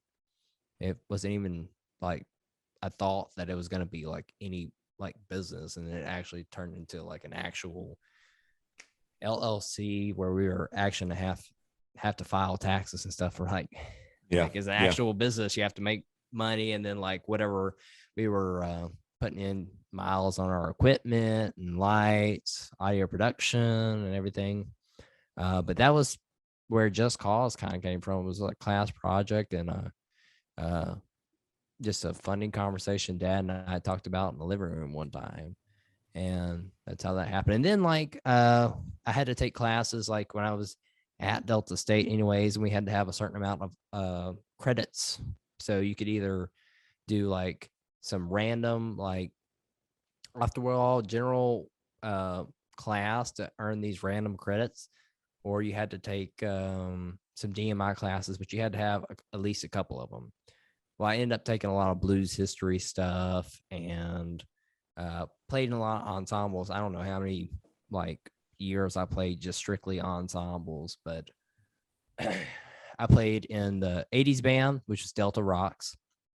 And then I did 3 semesters with the band Old School Review, which is a lot of funk, R&B, like just a lot of Funk Brother stuff, like Holding It Down with a couple chords, James Brown, Earth, Wind and Fire, just a lot of cool stuff. And that really made me well versed, and then I started doing a lot more studio stuff because we ended up having class projects like mainly in the fall that had to blend together.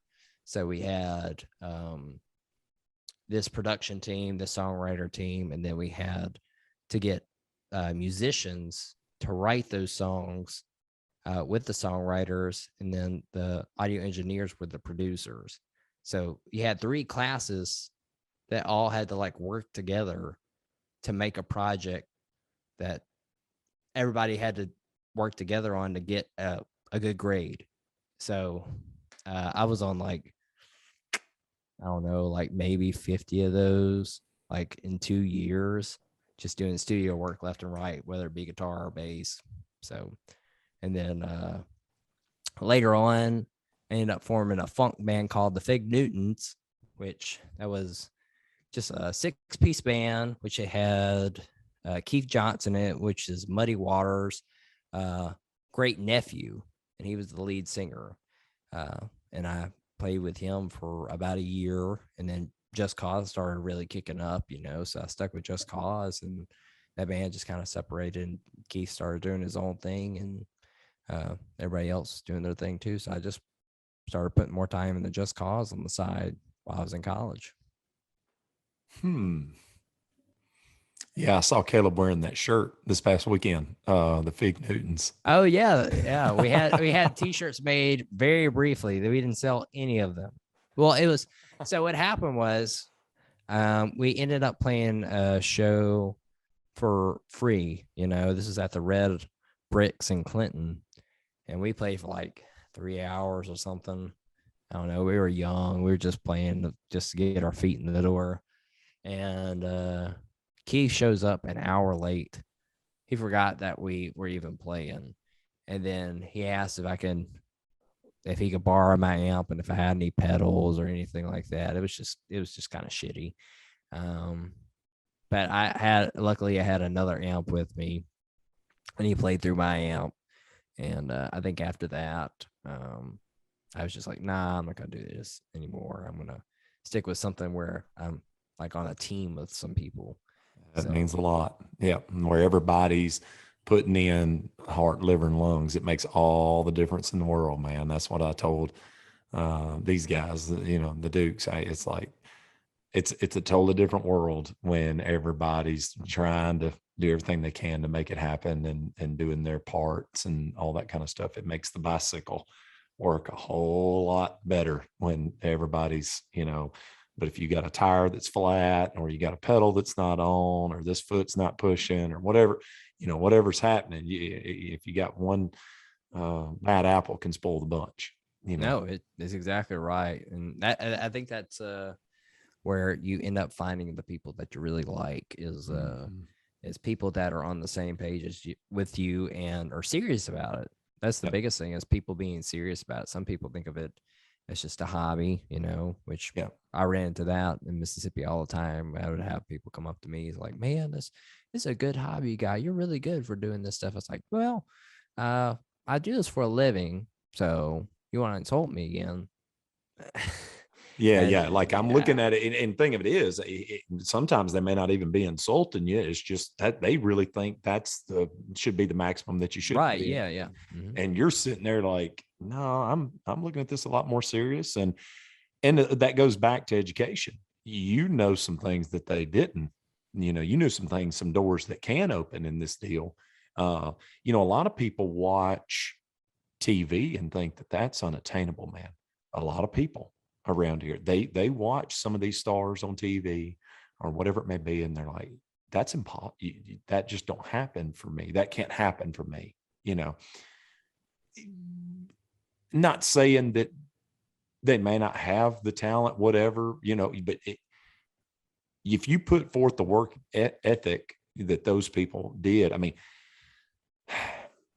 it's not like it's, some people, and I know we're opening up a big rabbit hole with this, or I am, but No, you're good. No, I mean, I love where it's going. yeah, all right. So some people think that life is all about luck, and it's not. It's not. Yes, it's about gambling, but it ain't about luck.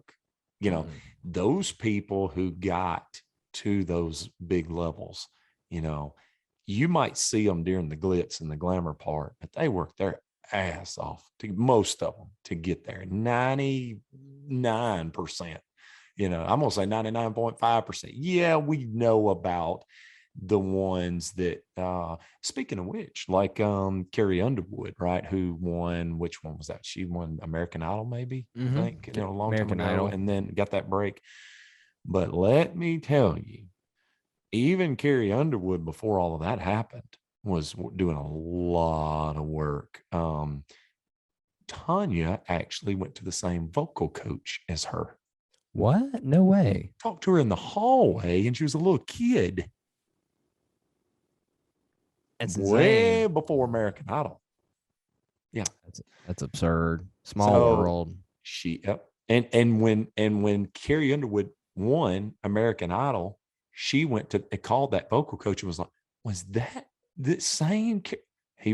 Yep, sir. That's insane, dude. She's like, "Oh my God," she was a little girl, like 12 years old, when we were doing, and we were taking those classes, with that vocal coach in Nashville. So, but these people didn't just appear all of a sudden and had this confidence. There's that word again, this huge confidence level. And, yes, they were given a certain amount of gift to be, because, all right, I'll say it like this. I have to work really hard to sound okay as a singer, right? Some people work really hard and can sound like a angel, right? A lot of that is a little bit more God-given talent from the, because you're definitely working to try to get, whatever. So some of that, yes, some of the pipes, some of that, but they still had to work their tail off to get to where you saw them on that TV screen, and to get to all of that. So having said that, Zach Dickerson's not on this podcast because of these just because of the God-given talent help, right? It's also been a very, very hard work ethic, and a very, very late nights and early mornings sitting there trying to figure this stuff out.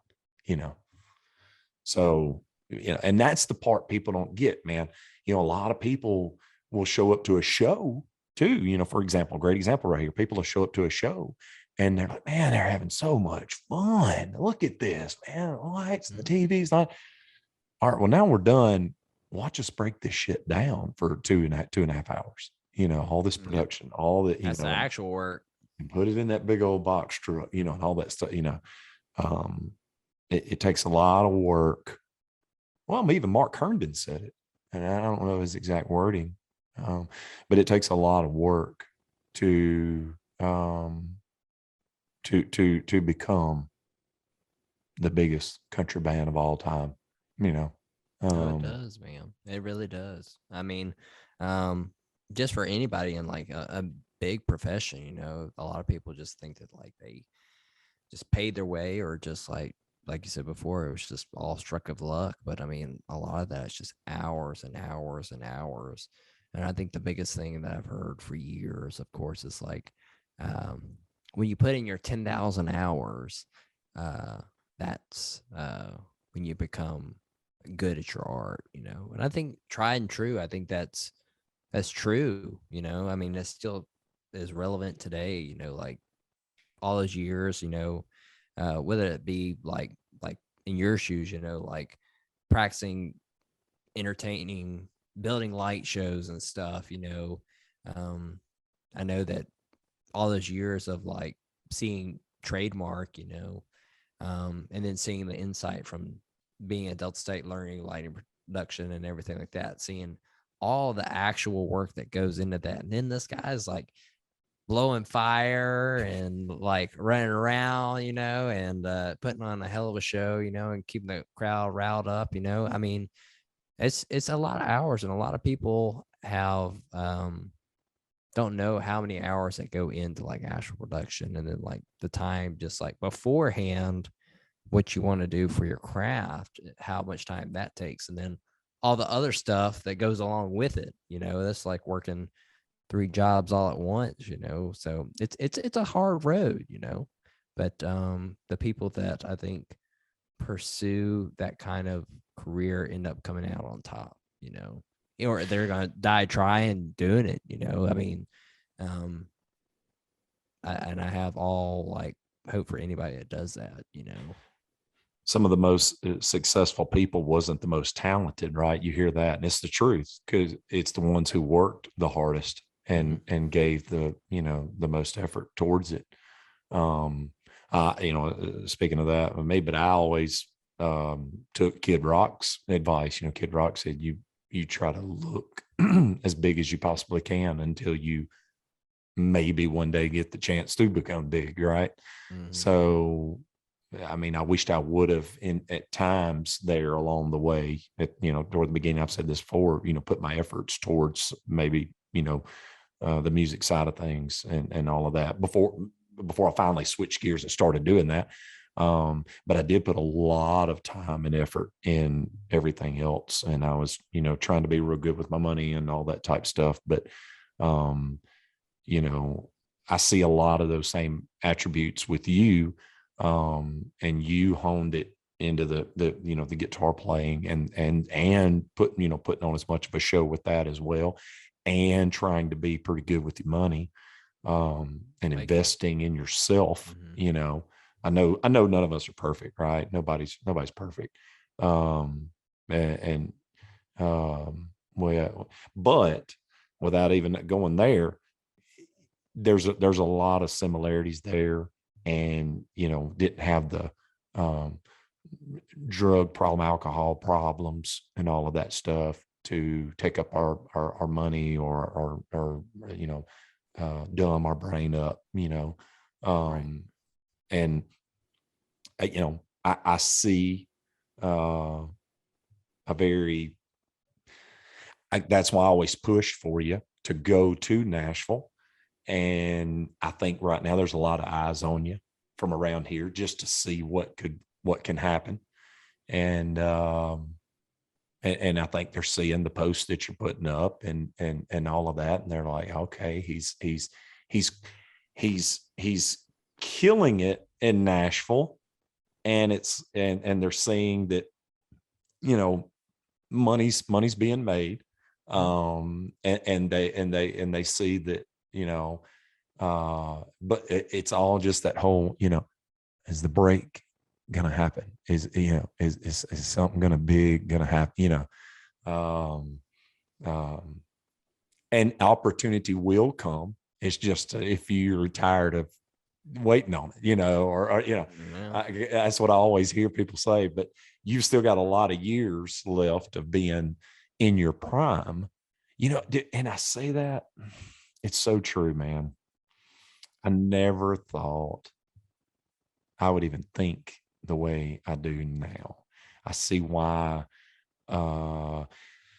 people become dads and people become, just different, in a lot of ways, because, and people say it, man, they say, wait till you hit 40, and it's true. I'm 40 now, just turned 40 this year, in April. I'm having a hard time getting up and getting down stuff. Still looking good though, dude. I'm working out. I'm still working out. Sharp as a tack, still looking good. That smile's still all pretty. right. Now let me tell you about that sharp as a tack thing though. I am forgetting stuff really bad, and the people around me can tell you I'm starting to forget things. Matter of fact, and I know we kind of flipped the script here, but J Rob, I love it. J Rob, was with me in the band, a decade ago or whatever it was. And he remembers things, man. He remembers things a lot better than I do. and he'll talk about certain situations, and I'm just like, I don't remember that, and it took me a minute to even remember one of his vehicles that he had at that time. And I used to ride with him and stuff, and I was like, man, I don't, it's that bad, with me slipping a little bit, but there's a prime. My point on all this was there's a prime. You're still in your prime. There's a reason why people my age don't get signed pretty much. And if they go to Nashville and all that kind of stuff, it's harder to sell it. And it's harder for that person to even want to do all the shit that they're going to want to ask you to do. Even if you sign with a band that's already signed and they add you on as part of their band, or whatever, it's going to be this, people don't realize entertainment business is not for the faint of heart. You better get ready. You just think it's the part you see on stage. You're fixing to be working your tail off, but it's a lot of fun.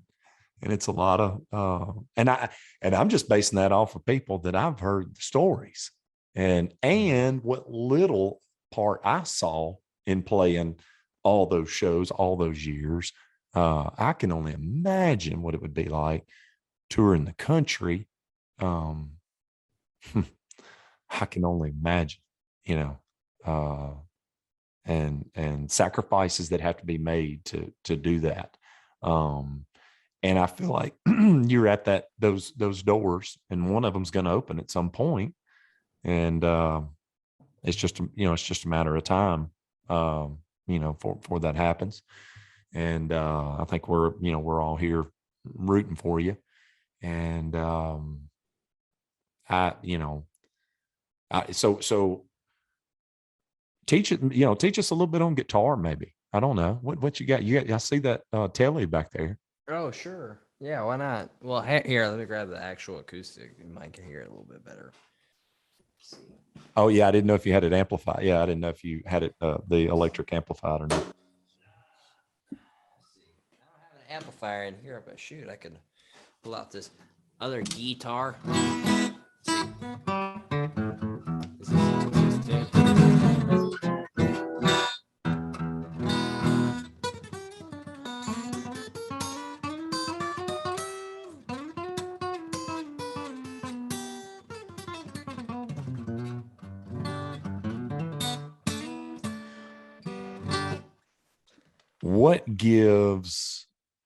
I got a great question for you. Yeah. What makes it chicken picking? What makes anything chicken picking besides, like, I just heard you play in there and it's like, I would call that chicken picking. So, but what is it a certain scale, or is it a certain style? What gives it, yeah, obviously it's a style, but I'm saying what makes chicken picking? All righty. So here's chicken picking 101. No, I'm kidding. So I would say chicken pickings, it comes a lot with your right hand. You'll see this a lot with Jerry Reed and Chet Atkins, those big heavy hitters, or Danny Gatton. Or if you're talking about like the 90s era, or Johnny Highland and Brent Mason, which I love those both really well, which that's what really influenced me to start picking up chicken picking, which was in college. But chicken picking, it's more of like a percussive thing you're doing with your right hand, and it literally sounds like a chicken plucking, Gotcha. And you're just taking like the chords and stuff you already know, and using that percussive kind of style with your right hand or left hand, vice versa. Like for instance, you've heard that's Working Man Blues, Mm-hmm. Well, that's just an A dominant 7 chord, and all I'm doing is taking that A dominant 7th I have right there out of that chord shape right there, and then I'm just like producing this thing called a double stop, where I'm just pulling up with these fingers. So I can just do one and just pulling up on the strings. That's why I have these 2 nails kind of grown out. and then you just create that percussive sound. And then a lot of times, this kind of like stems more from like bluegrass and stuff, is being able to like hybrid those two, like, and being able to use that finger to pull up, to get that kind of. And it's just it's like that very like staccato kind of sound that's going on right there. That kind of gives it that actual like kind of like twang you got going on. More than anything. Like that.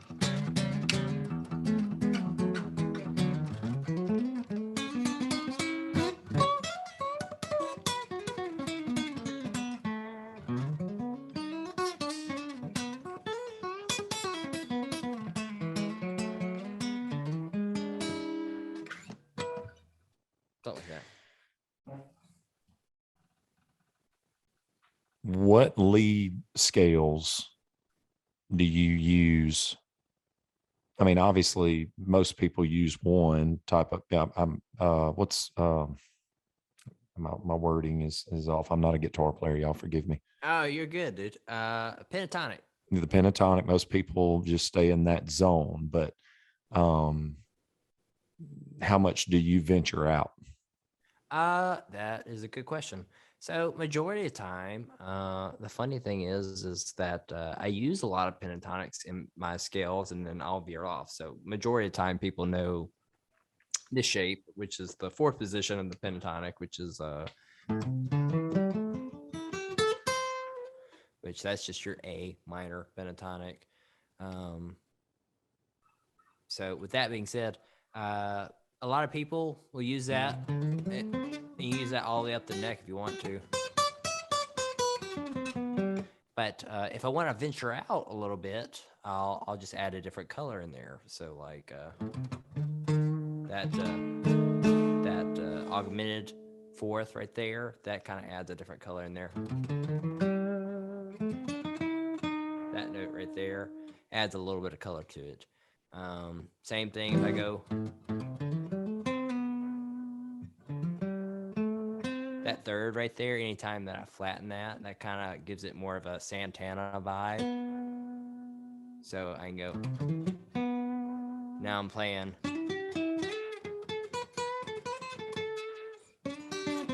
There's that flat third.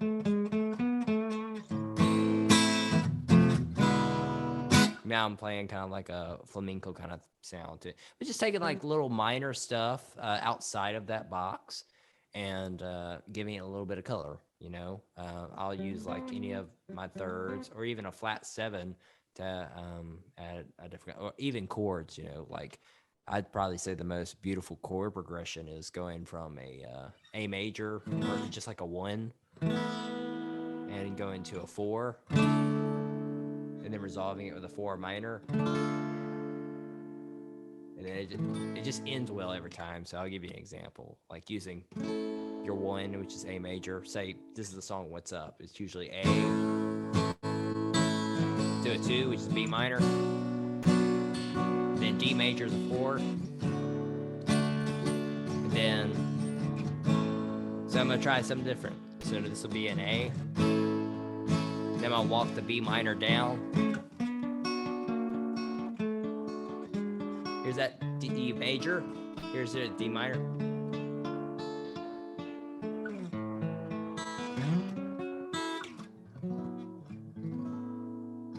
Just using just little tricks theory wise that kind of add something that goes like, oh, that's cool. And then if I want to just do some stuff that's kind of outside of the box, like one of my, like I have a lot of different influences, and I think I'm kind of like, I honestly, have you ever seen that episode? Have you seen SpongeBob before? Oh yeah. And now, have you seen the episode where there's Doodle Bob? Like it's like the fake version of him. They draw him. I don't think so. Okay. Well, it's pretty much, it's like a paper made version. It's like, here's the good version, and here's all the parts that go along with it that kind of look like it, but it kind of works. I feel like that's like my playing because I'll borrow from like a lot of different things, and it won't make sense sometimes, but then it's like, oh, it kind of does.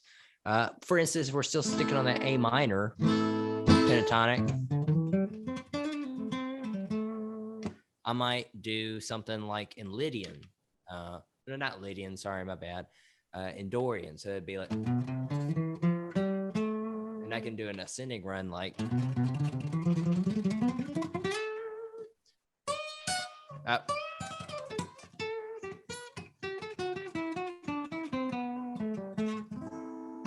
So that was a different scale. Which that was actually as Aeolian, sorry. There's Dorian. But I'm just using different modes to kind of create a different color, and I really wish J-Rob was on this one too, man. He would have loved this. He would have, man, I he wish would have, too. he would have, yeah, he would have ate this up. Harmonies are something, dude. It's like left brain, right brain, right? It is hard. It's thinking left brain while you're continuing working with that right brain and not getting caught off with the root, getting you, because I've always had, been the root guy. So it's hard to sometimes make my brain go there as much. But somebody who that's what they do, it just goes there, right off. No, I feel that.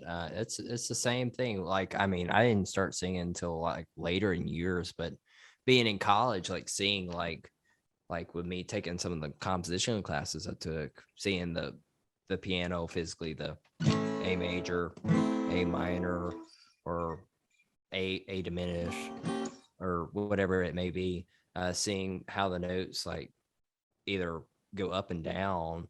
It's the same way vocals work. So I was like, oh, that's how I can physically do it. Now, how can I do that while I play guitar and sing harmonies, So that was the hardest part. But the same thing you were saying right there, that's the struggle, is doing that when anything is finding that balance that fits in that groove and like being able to hear that, Thank God Tanya, she's good. She's pretty good at it.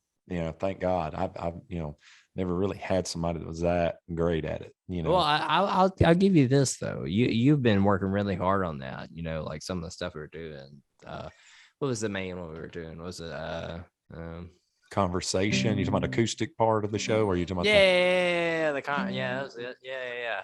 Some songs where it's more predominant, daddy.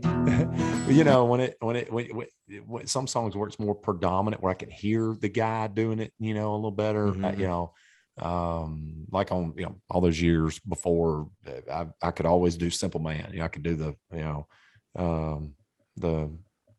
third there, but the third above there, and but it's weird. If I can hear it, man, I go there. But just being able to do it off of any song and making myself be disciplined to do that, that's a different ball game. You can do it though, man. Well, we're on this podcast talking about how we can do stuff. You can do it. I mean, if I worked towards that, no doubt, I believe I could. It's definitely, once again, it takes work to get there, people. These people didn't just, hatch out of the egg and was doing that stuff. Not at all. I wish it was that easy.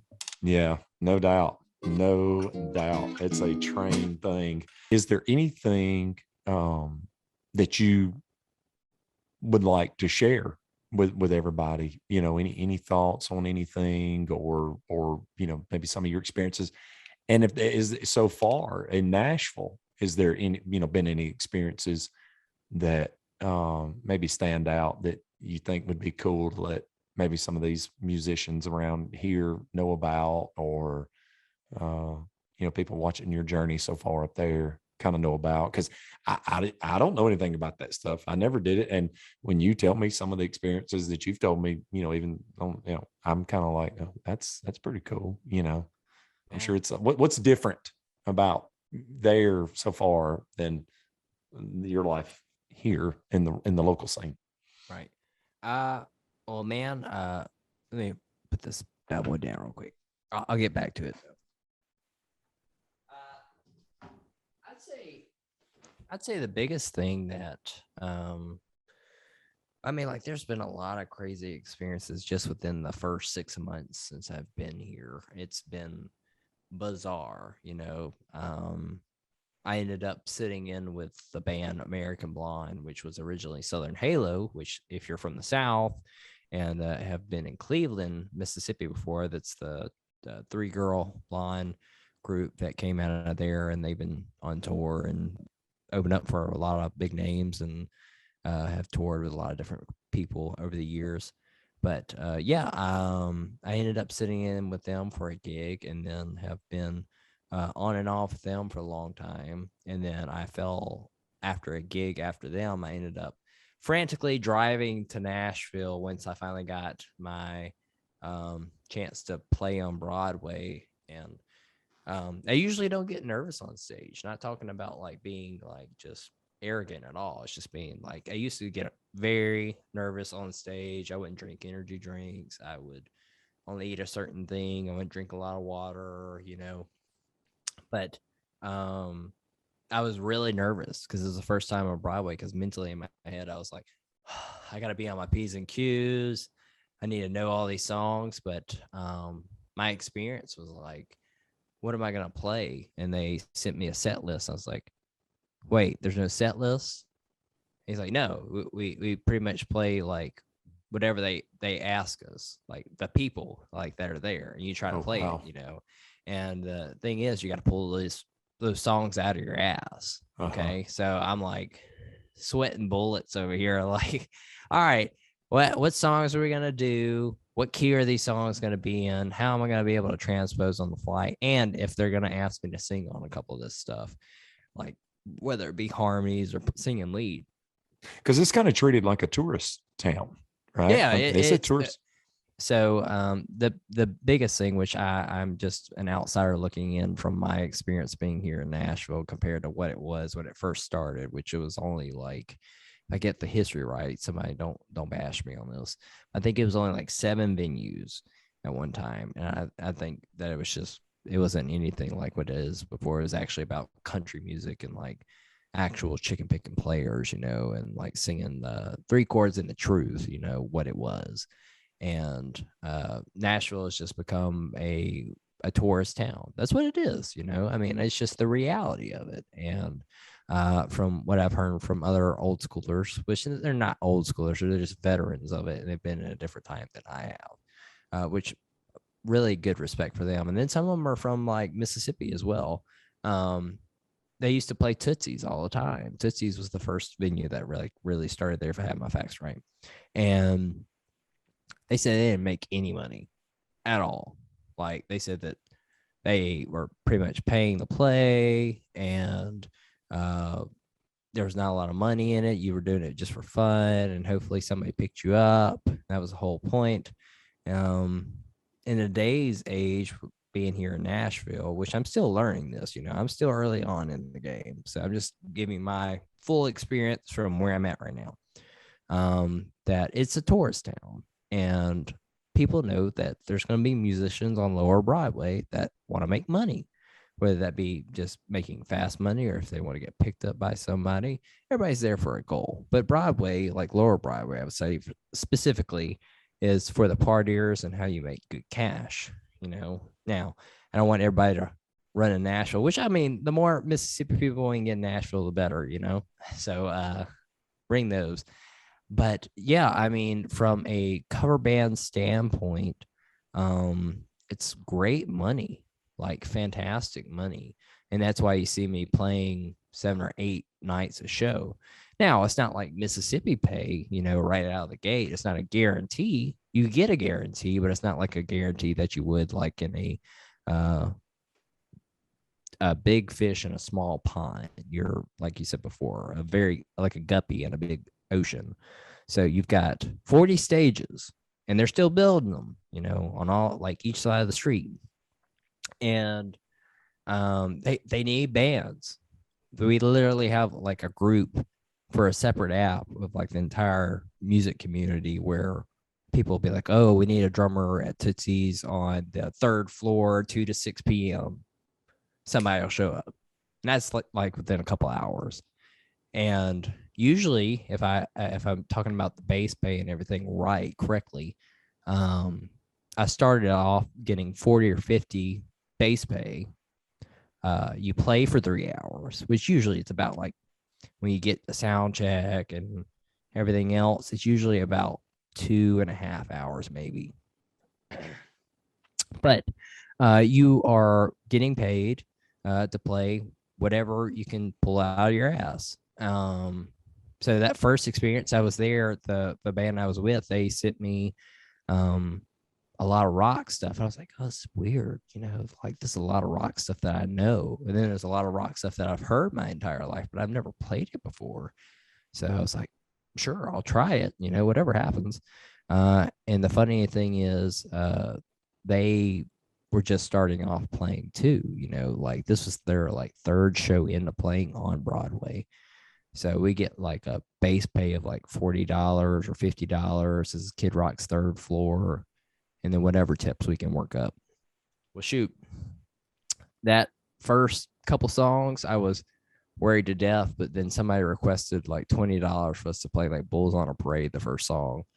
And I was like, okay, I know that song. I can do that. And then another one they threw out, I was like, oh yeah, I know that one too. And then I was just like, we kept going down the list. I was like, damn, I know a lot of these songs. I haven't played them in years, but I could do them. And it really made it confident to where I could actually perform like I usually would in a comfortable, because I was very vulnerable at that time at the first show. Yeah.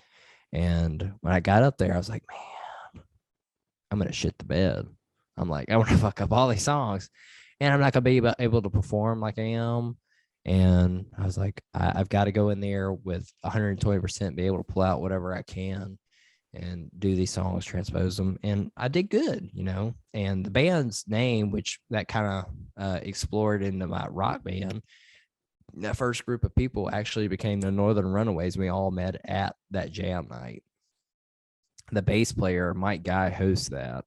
And Mal and I ended up going there to just eat dinner, check out Bowie's and the jam night, what that was about. PJ was sitting in, PJ Ferguson, which he's the lead singer.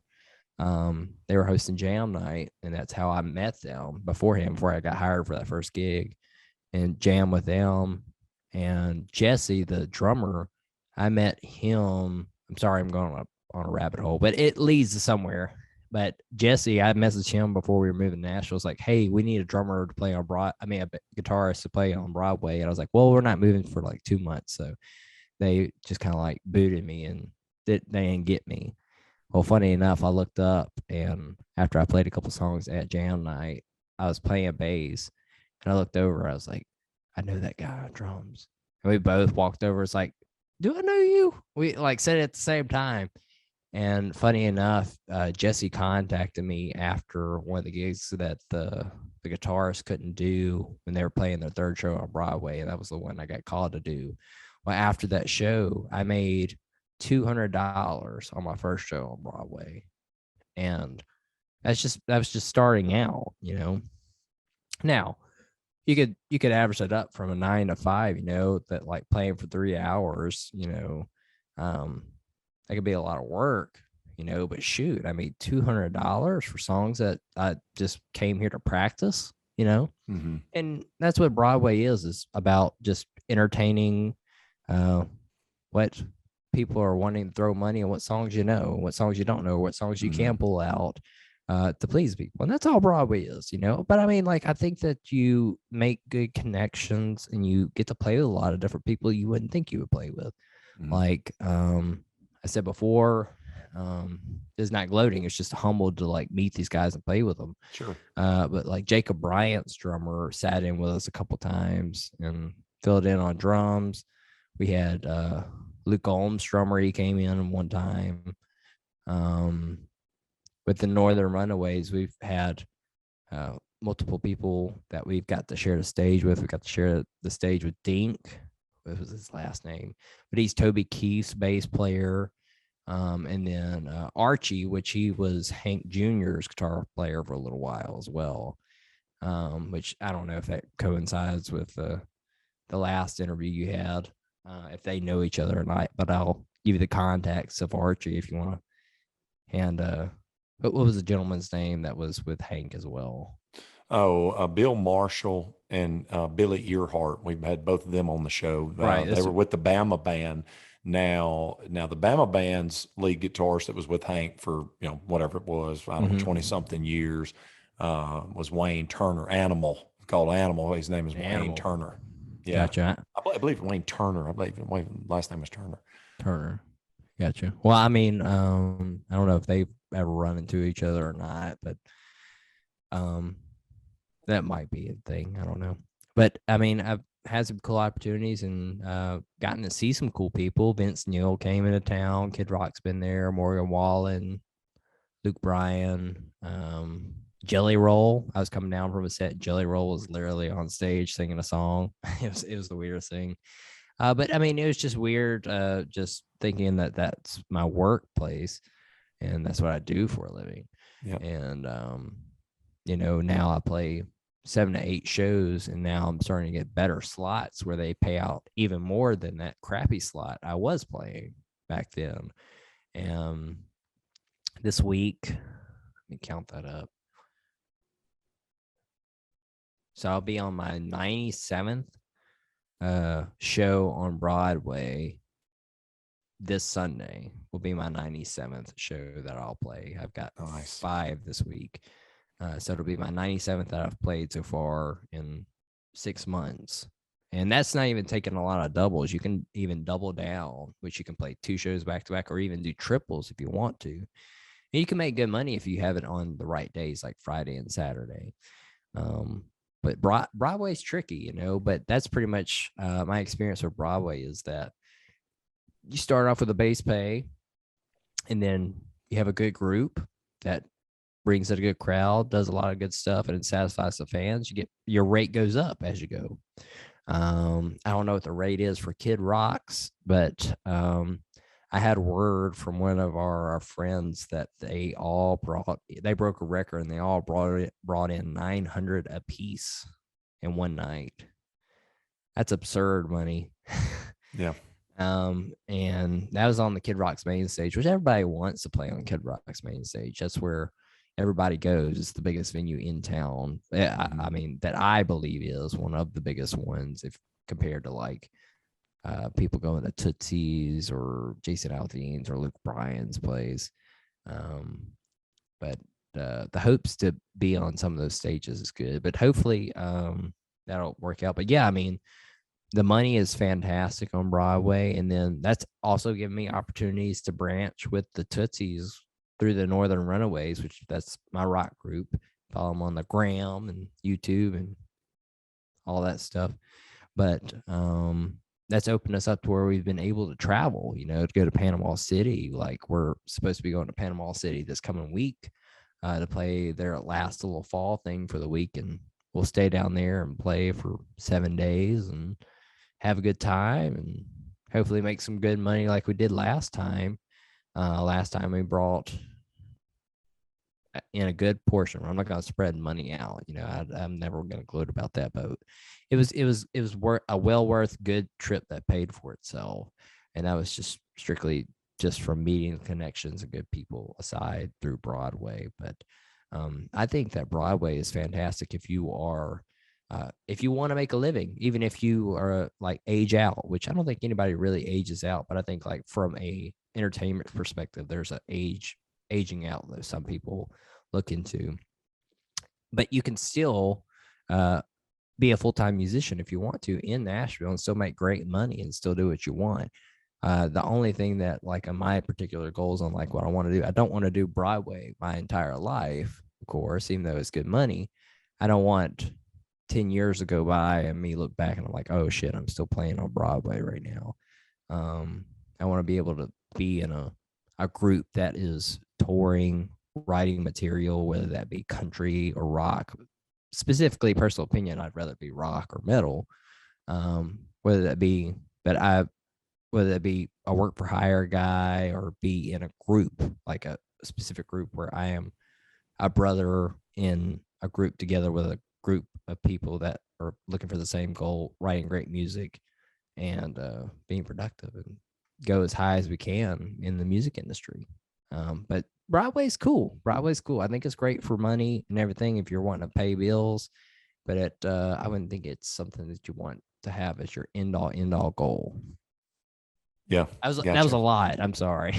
No, well, my next question was, because the first thing somebody thinks about, well, the overhead being higher there as well, the cost of living being higher. It is. It is. So our rent is doubled from where we were before. However, we got more space for what we're paying now.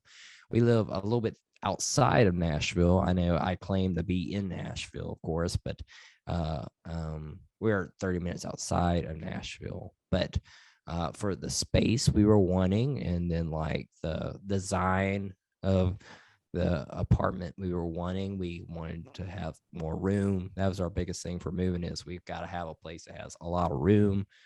And a lot of places downtown that we wanted were way too expensive at first. You know, they were wanting, like, there was one place, it was called the Sky House. That was rent was $1,700 for 500 square feet, and that's not including water or electricity or parking or gas or anything else. It's like, that's absurd. I could never pay that. Mm-hmm.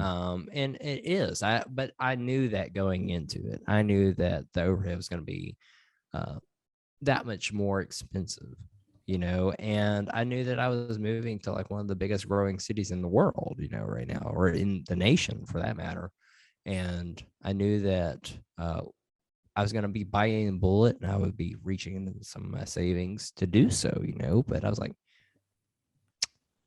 I can always make more money, you know, and I was like, I'm just going to do it. I'm just going to bite the bullet. I'm going to jump off the cliff. And if I make it, I'm good, you know, and if I fall, I was going out with a bang, you know, and I think that it's starting to pay off, and I'm starting to have my, having that reimbursement coming back to me, because at first I was really worried that I would have to go back to teaching, which I have no problem with teaching. I taught with a nonprofit organization for 5 years, and I was a full-time musician in Jackson for years, and then I taught at a music store for years as well. I had no problem with teaching, but I knew that I wasn't wanting to move here strictly just to be a teacher. I was moving here because I wanted to be a full-time musician, you know, and I don't want to be like anybody else that every time they move up here, they're like, well, I got to worry about overhang and stuff, and I got to worry about paying bills, and then I'll go pursue my career. And I know that some people, they're in a position where they don't have money to where they can do that right out of the gate, you know.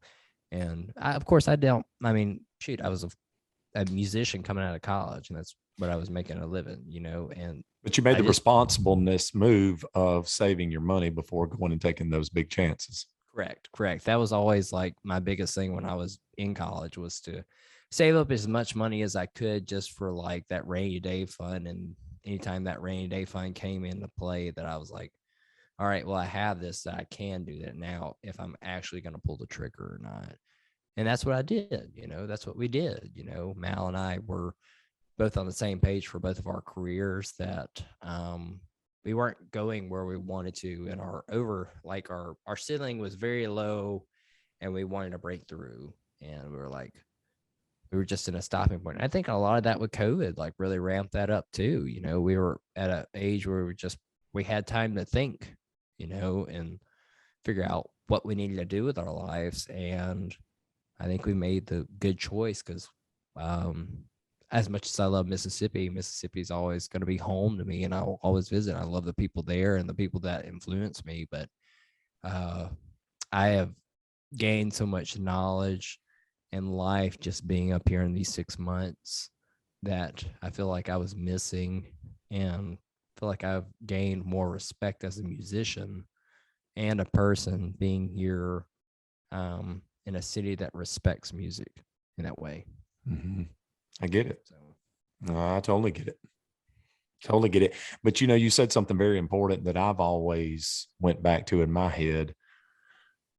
And one of the reasons why I guess I never really made the big leap of trying to go or whatever, I always wanted to be with a group that either tried to make it, and you know, I always told myself, well, you ain't got to go, you know, that way or whatever. I always, of course, I knew also I wasn't talented enough to try to, you know, go up there and as my You own hush thing. that. You hush that. Well, yeah, I mean, you know, in my mind, but I always wanted to be a part of a group that did something and try to build a group. You know, that was my whole thing. That was, you know, all the time. I always invested into a group and into a brand and all of that type of stuff because I was real big on marketing, you know. And Right. now Don't you being, let all these people like don't fool them. You are a very wise man and you know what you're talking about. And you took those chances. That's why you have let me speak right. Such successful businesses, no matter where you do, because you got the mindset, you know, Yeah. like I said before, we've got that same mental thing, which I'm bragging on us. I'm not gloating on us. I'm bragging on us that you and I have the same, we're in the same stream and have that business mind to, like, this is where what I'm going for. How do I get here? And I'm gonna do all I can to do that, no matter what it takes. I'm not gonna half-ass it. I'm gonna do it. You know, whatever it takes to do so. You know, no, so I admire you for that. No, and I appreciate that. I appreciate those kind words big time. Nobody hands it to you. You got to do all kind of, you know, saving and all kind of, you know, there's times I want to buy things, you know, but I would rather buy things to invest into something that's going to help make money later, you know, but I always wanted to have a group and be a part of a group when I done this thing, you know, and that's why I never was, you know, Charles Derrick and the Derrickettes or something, you know what I mean? It was always a one band name, one, you know, and let's just try to build a brand with these people. And I always tried to put those people up on a platform and make them all look like a unified, you know, thing to that all brand. a unit. Yeah. Yeah. You know, yeah, you're all important, you know, and, you know, there were times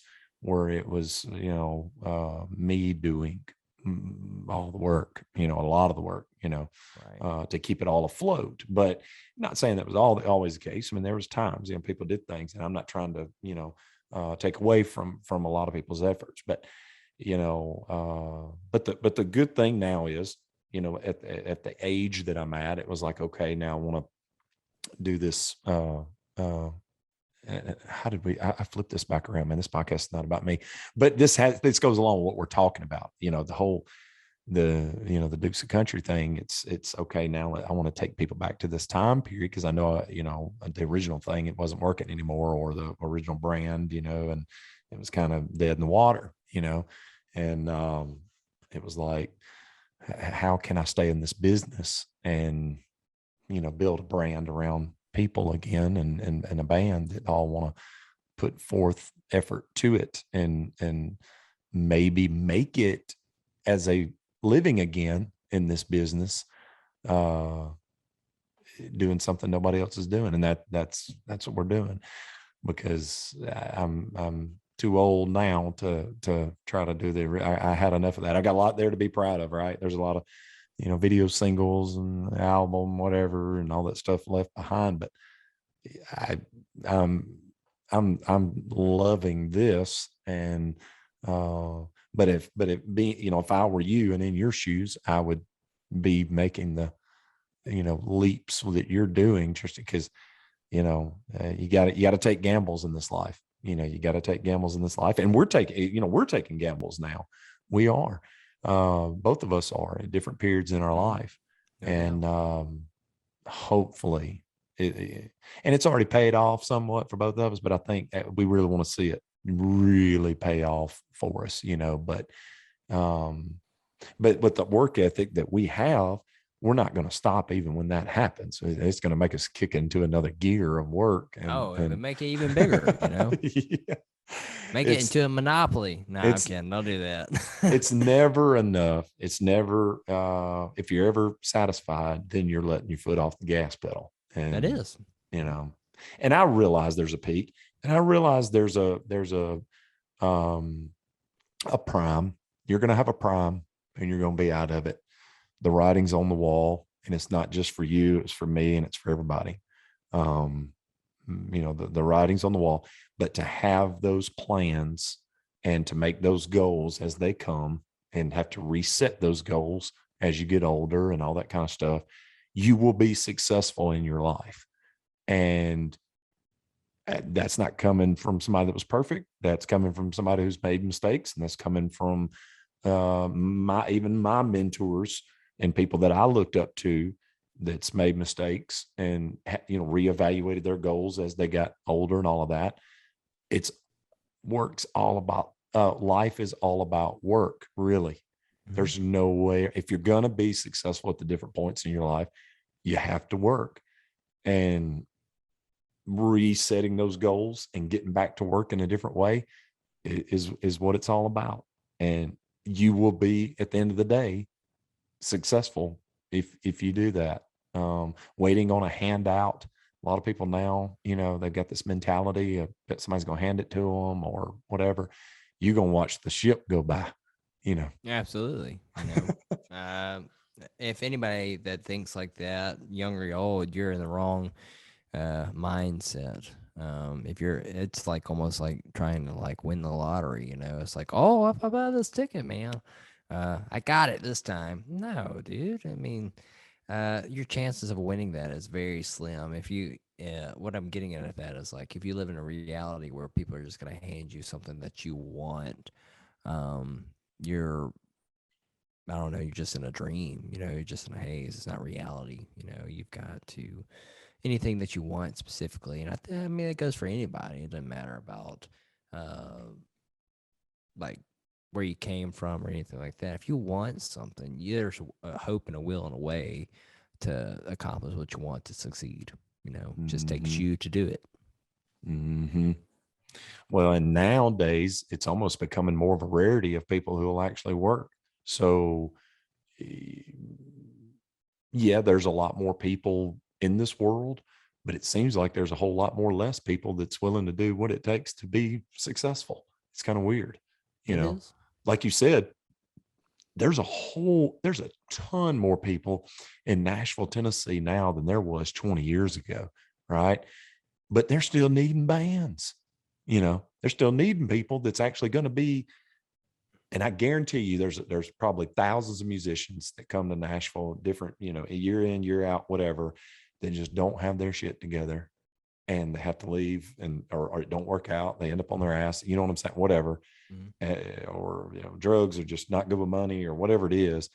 And guys, I mean, that leaves the door open for people who have the work ethic, have the responsibility switch turned on in their life to come in and make some headway, make some opportunities happen, make some money, at least case scenario, like you said, making money, making the bills paid, and who knows what can happen. I don't know, man. I'm proud of you. I'm proud of what you got going on, and I wish you, nothing but success. And I hope, I don't hope, I know bigger things are coming. It's just as a matter as to what doors do open. It's just a matter of time and what doors do open. Well, I thank you, man. I'm on the hopes of it, man. I keep high spirits, when it comes down to anything in this career, and the biggest thing I've learned from one of my professors, Charlie Abraham, is to always say yes, never be a no man, because you'll never know what opportunity will lead you to something you may not know, something you may not thought you could do, or something that may lead to something else just for you doing that thing that you're just like, I probably shouldn't do it today. I kind of missed a big opportunity. So I've always been the mentality of a yes man, which that comes with complications too.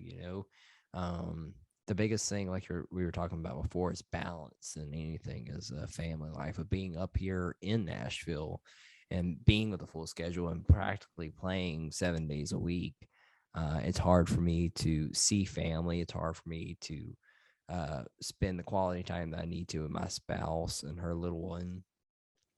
Be able to stay in communication with people in the community, whether it be in Nashville or being in my hometown or people from college. It's a rough road, because being in the biz is it keeps you away from a lot of people, and it can be hard. And I think that's one thing that I start to notice more than anything is that being the yes man can also be very good for your work ethic, but it can also be damaging to the people around you that you live with and people that you've grown up with. And I hate that because I still want to have a perfect balance of that, because I still want to pursue my career, and I still am actively not going to turn that down.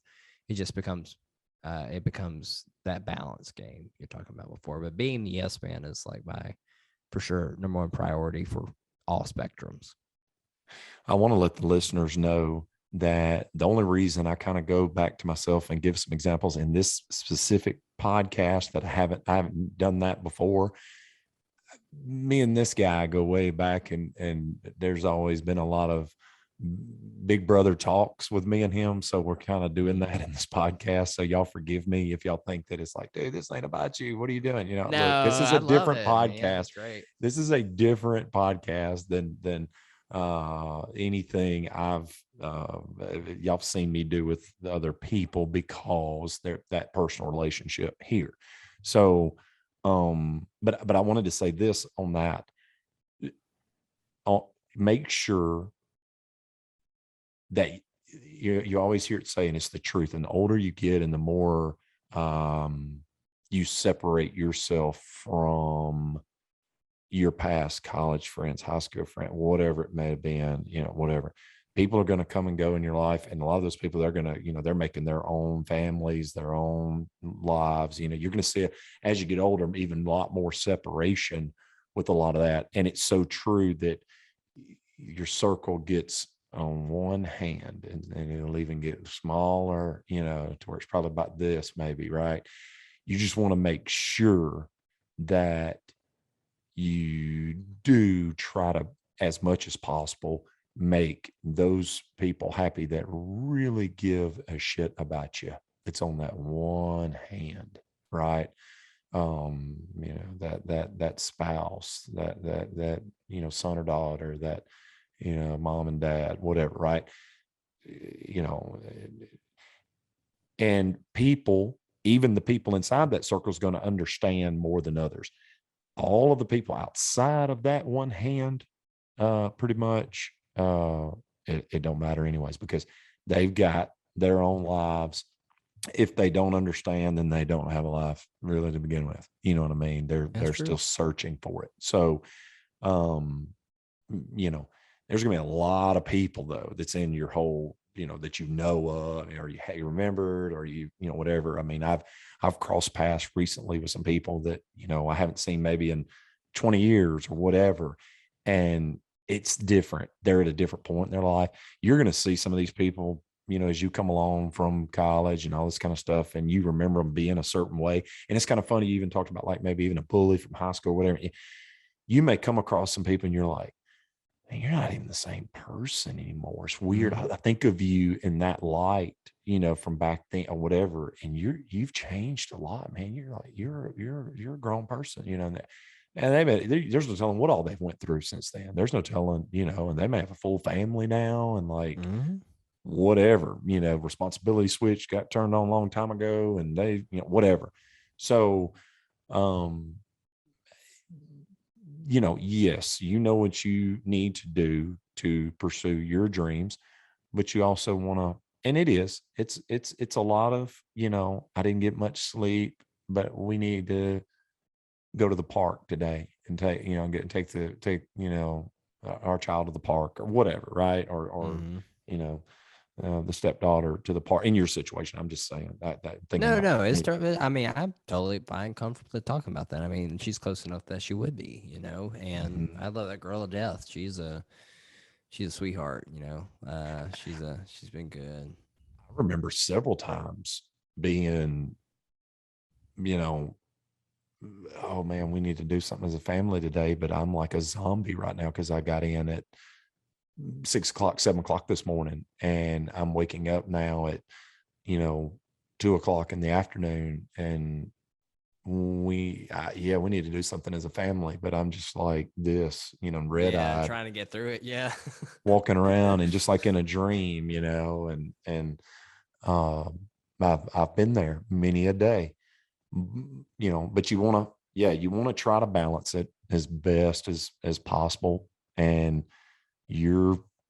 I never went to Nashville, but I definitely experienced a lot of the road and a lot of that, and a lot of motel rooms and a lot of,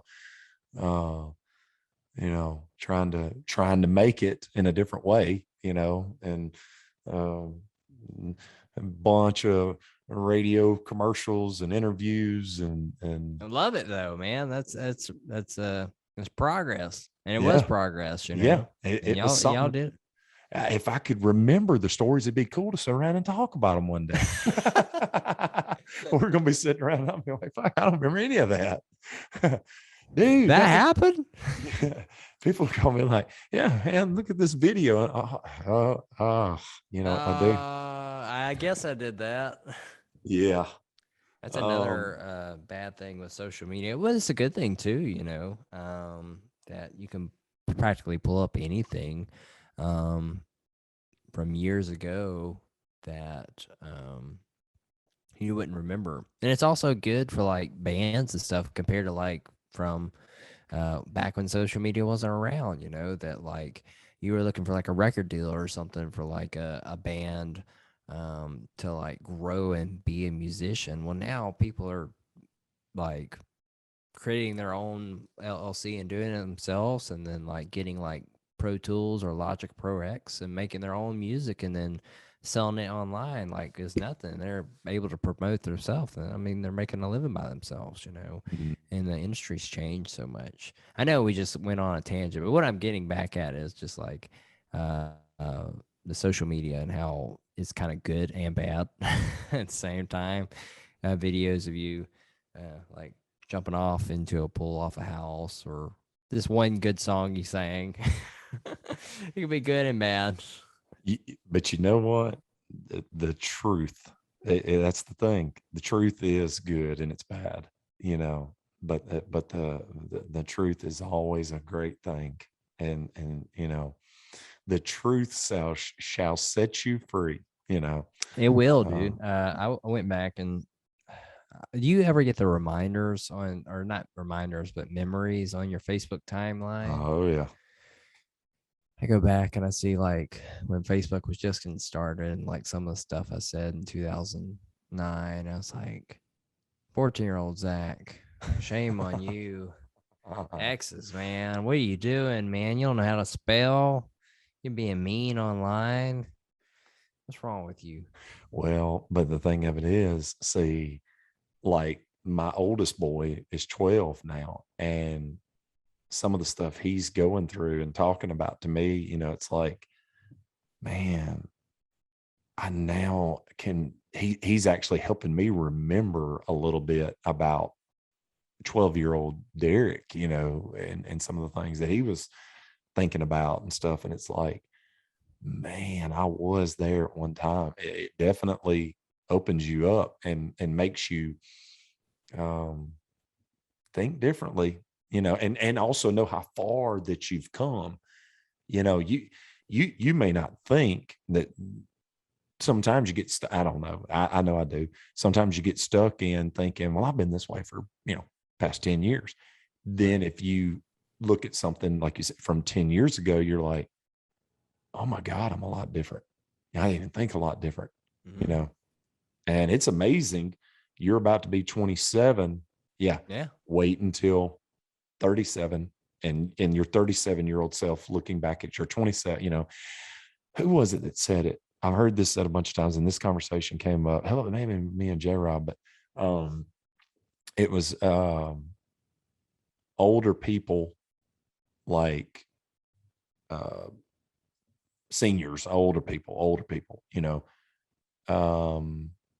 say that when you get old, when you get to where you learn how to live, you're too old to live it. That's true.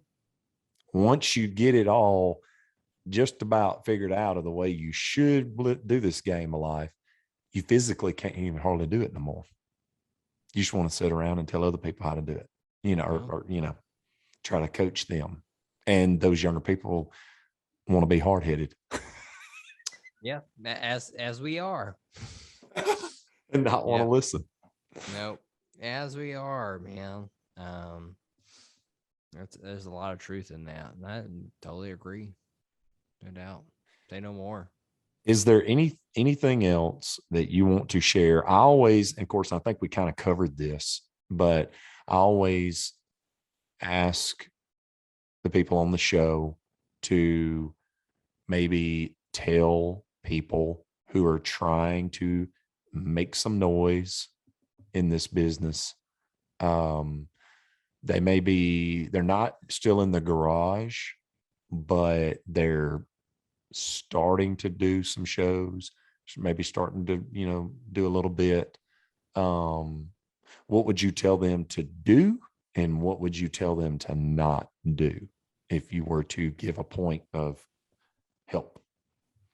Just career based, like basically on like somebody that's just coming up in the industry, just like somebody's just advice.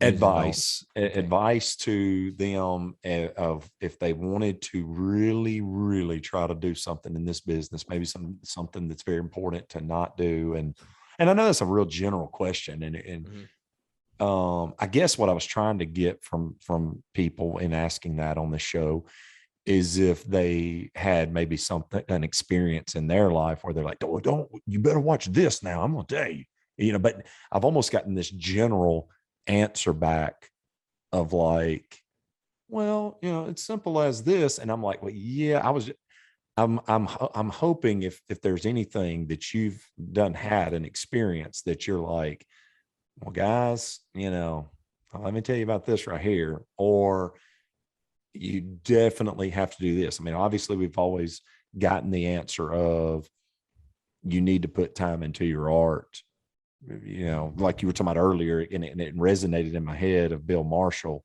saying his answer was, yes, you have to work to live, but if you don't put time into your art to make it your living, it'll never become your living.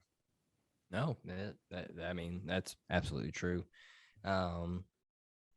I would say the biggest thing is that for anybody that's watching this or just hearing from me as an experience is to always follow your dreams. I know that sounds very cliche and it sounds very much like Disney is the most happiest place on earth, which I absolutely despise Disney.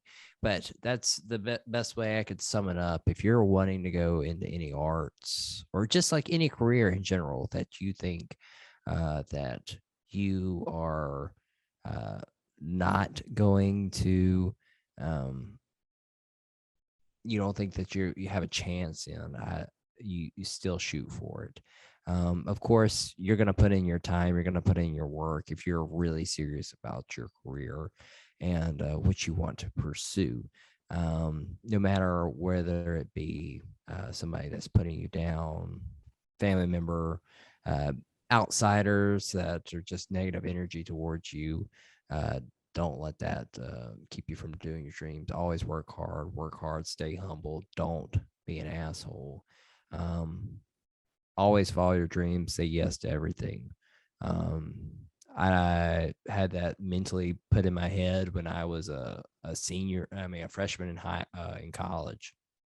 And I almost didn't audition for this, I auditioned for the All-Star band that was at Delta State, and I almost didn't audition, and I waited till the last minute, and I learned all the songs, worked on singing and stuff. Didn't sing at all. I was a horrible singer. I already knew it, but I went in there with good confidence. Came in there, had a good look. I knew the stuff. I came in there with a good attitude, and there's a guy that came in behind me that was late. Obviously, he was a better player than me, but he came in late. I got the job because that gentleman was not professional enough to just show up on time. And a lot of that comes down to professionalism. And that's another thing I would add to that is always be professional, be on your P's and Q's, always be like 15 minutes ahead of time. Which, I mean, there's a little relaxation life, I mean, like things happen in life, but always be prepared, always look the part, always work on your parts, always practice, don't slack up, and always say yes, because those opportunities, every time I kept saying yes, I was able to travel. I was able to play with people I never thought that I would be able to play with, meet people, and then learn more things that I would have never learned if I didn't say yes. I would have been stubborn in my own mind and then been somebody in the dark. So, and always strive to learn something. That's the biggest thing, and try to help those around you. That's one of the biggest things that when I was in college as well, we started a nonprofit organization, Follow Your Heart, which I still work closely with Charlie Worsham with.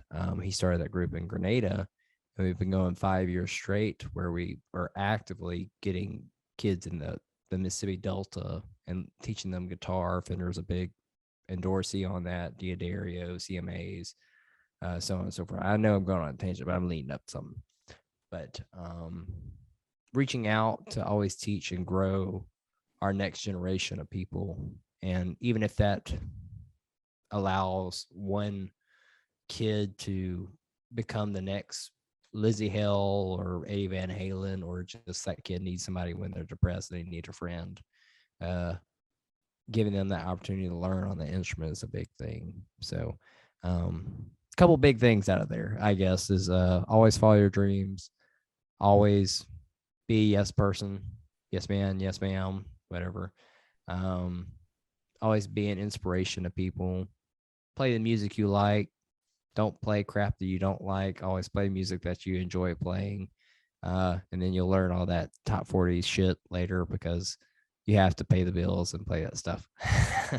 But always follow your dreams, do what you love, and don't let anybody tell you any different, because you can do it. You just got to put your mind to it and know that you can do it, and then everybody else will follow. Sweet.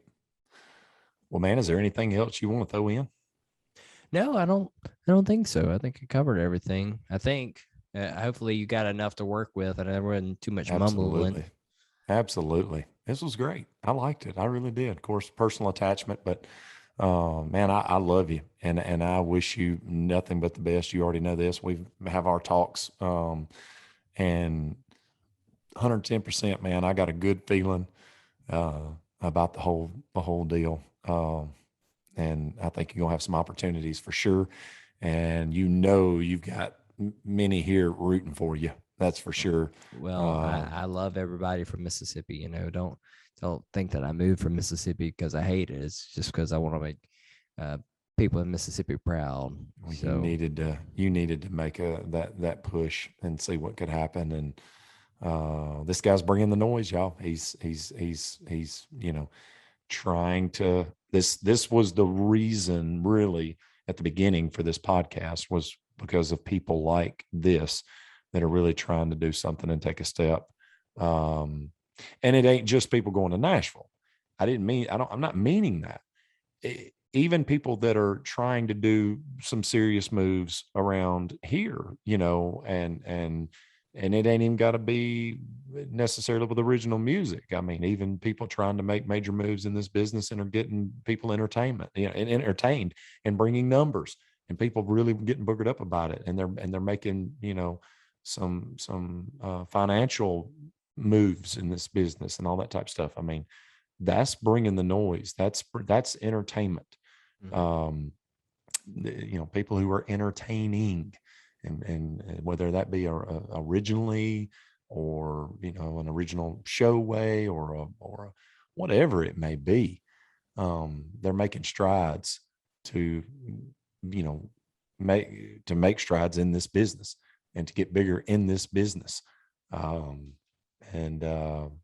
my hat's off to you, man. Everybody thinks, well, you got to be this singer songwriter, right? And you got to be writing all this stuff, whatever. Look, there's a lot of different people, a lot of different journeys. You know what I mean? And look, all right, Cam, for instance, he Love built the Cam. Velcro Pygmies. Dude, heck yeah. I mean, look, he made the Velcro Pygmies. Yeah, they released some originals on it, whatever, but for the most part, that ain't what has made the Velcro Pygmies. None of that. You know what I mean? That was just something for them to leave behind along the way or something, right? I mean, Right. Everybody's journey in this thing is totally different, I mean, and who knows, you could be like Phil X. You could get picked up by freaking somebody who's already done made it, a long time ago. Right. And that is success. That's a success story. That's writing a book one day and saying my journey and my work that led me to that opportunity. Everything's about opportunities and you working to get better and bigger opportunities, whether it be growing a band or growing your own brand. Correct. Yeah. So, and I think this is very important for everybody to know watching this podcast and any of these podcasts that we have, because not everything is, has to be that way of that guy that you knew or this, everybody's journey is totally different. And I'm proud of you for your journey. And I, think there's going to be some, another podcast way down the road, somewhere where we revisit and now say, all right, Zach, tell us now what's happening, what's going on, and tell us about that journey from 2021 to now. It's gonna be a weird time. It's The thing is, time goes by so fast that it'll be here before you Flies. know it. Flies, absolutely flies, dude. I never thought I'd be sitting here talking about 40 years old, and and you 27 next week. Yeah, Monday. So time does absolutely fly by. And, what does the Bible say? It's, our life is like a flower, like the life of a flower, as a breath or a sigh, it really is. It's so true, so, but, once again, man, thank you so much. Love you, dude. And this was awesome. Dude, thank you, man. I loved it. Thanks for having me again, and let's do it again soon. Well, actually, we need to go get some more rolls from Logan's first. Hey, Texas Roadhouse. Texas Roadhouse. That's what it is. That's right. Sorry. Is it Texas Roadhouse? I thought it was always Logan's. Logan. I loved Logan's until I had Texas Roadhouse. I haven't had Texas. So, okay. So for the fans, it was Logan's, no doubt. It was Logan's. Every time. I've never had Texas, though. All right, brother. Yeah. Hey, have a great night. And keep us updated. Dude, I know you will. Absolutely. Yeah, absolutely. Got to keep on that social media and everything. But yeah, man, love you. Take care. Have a good night, and I'll see you soon. All right, man. See you. All right, bye.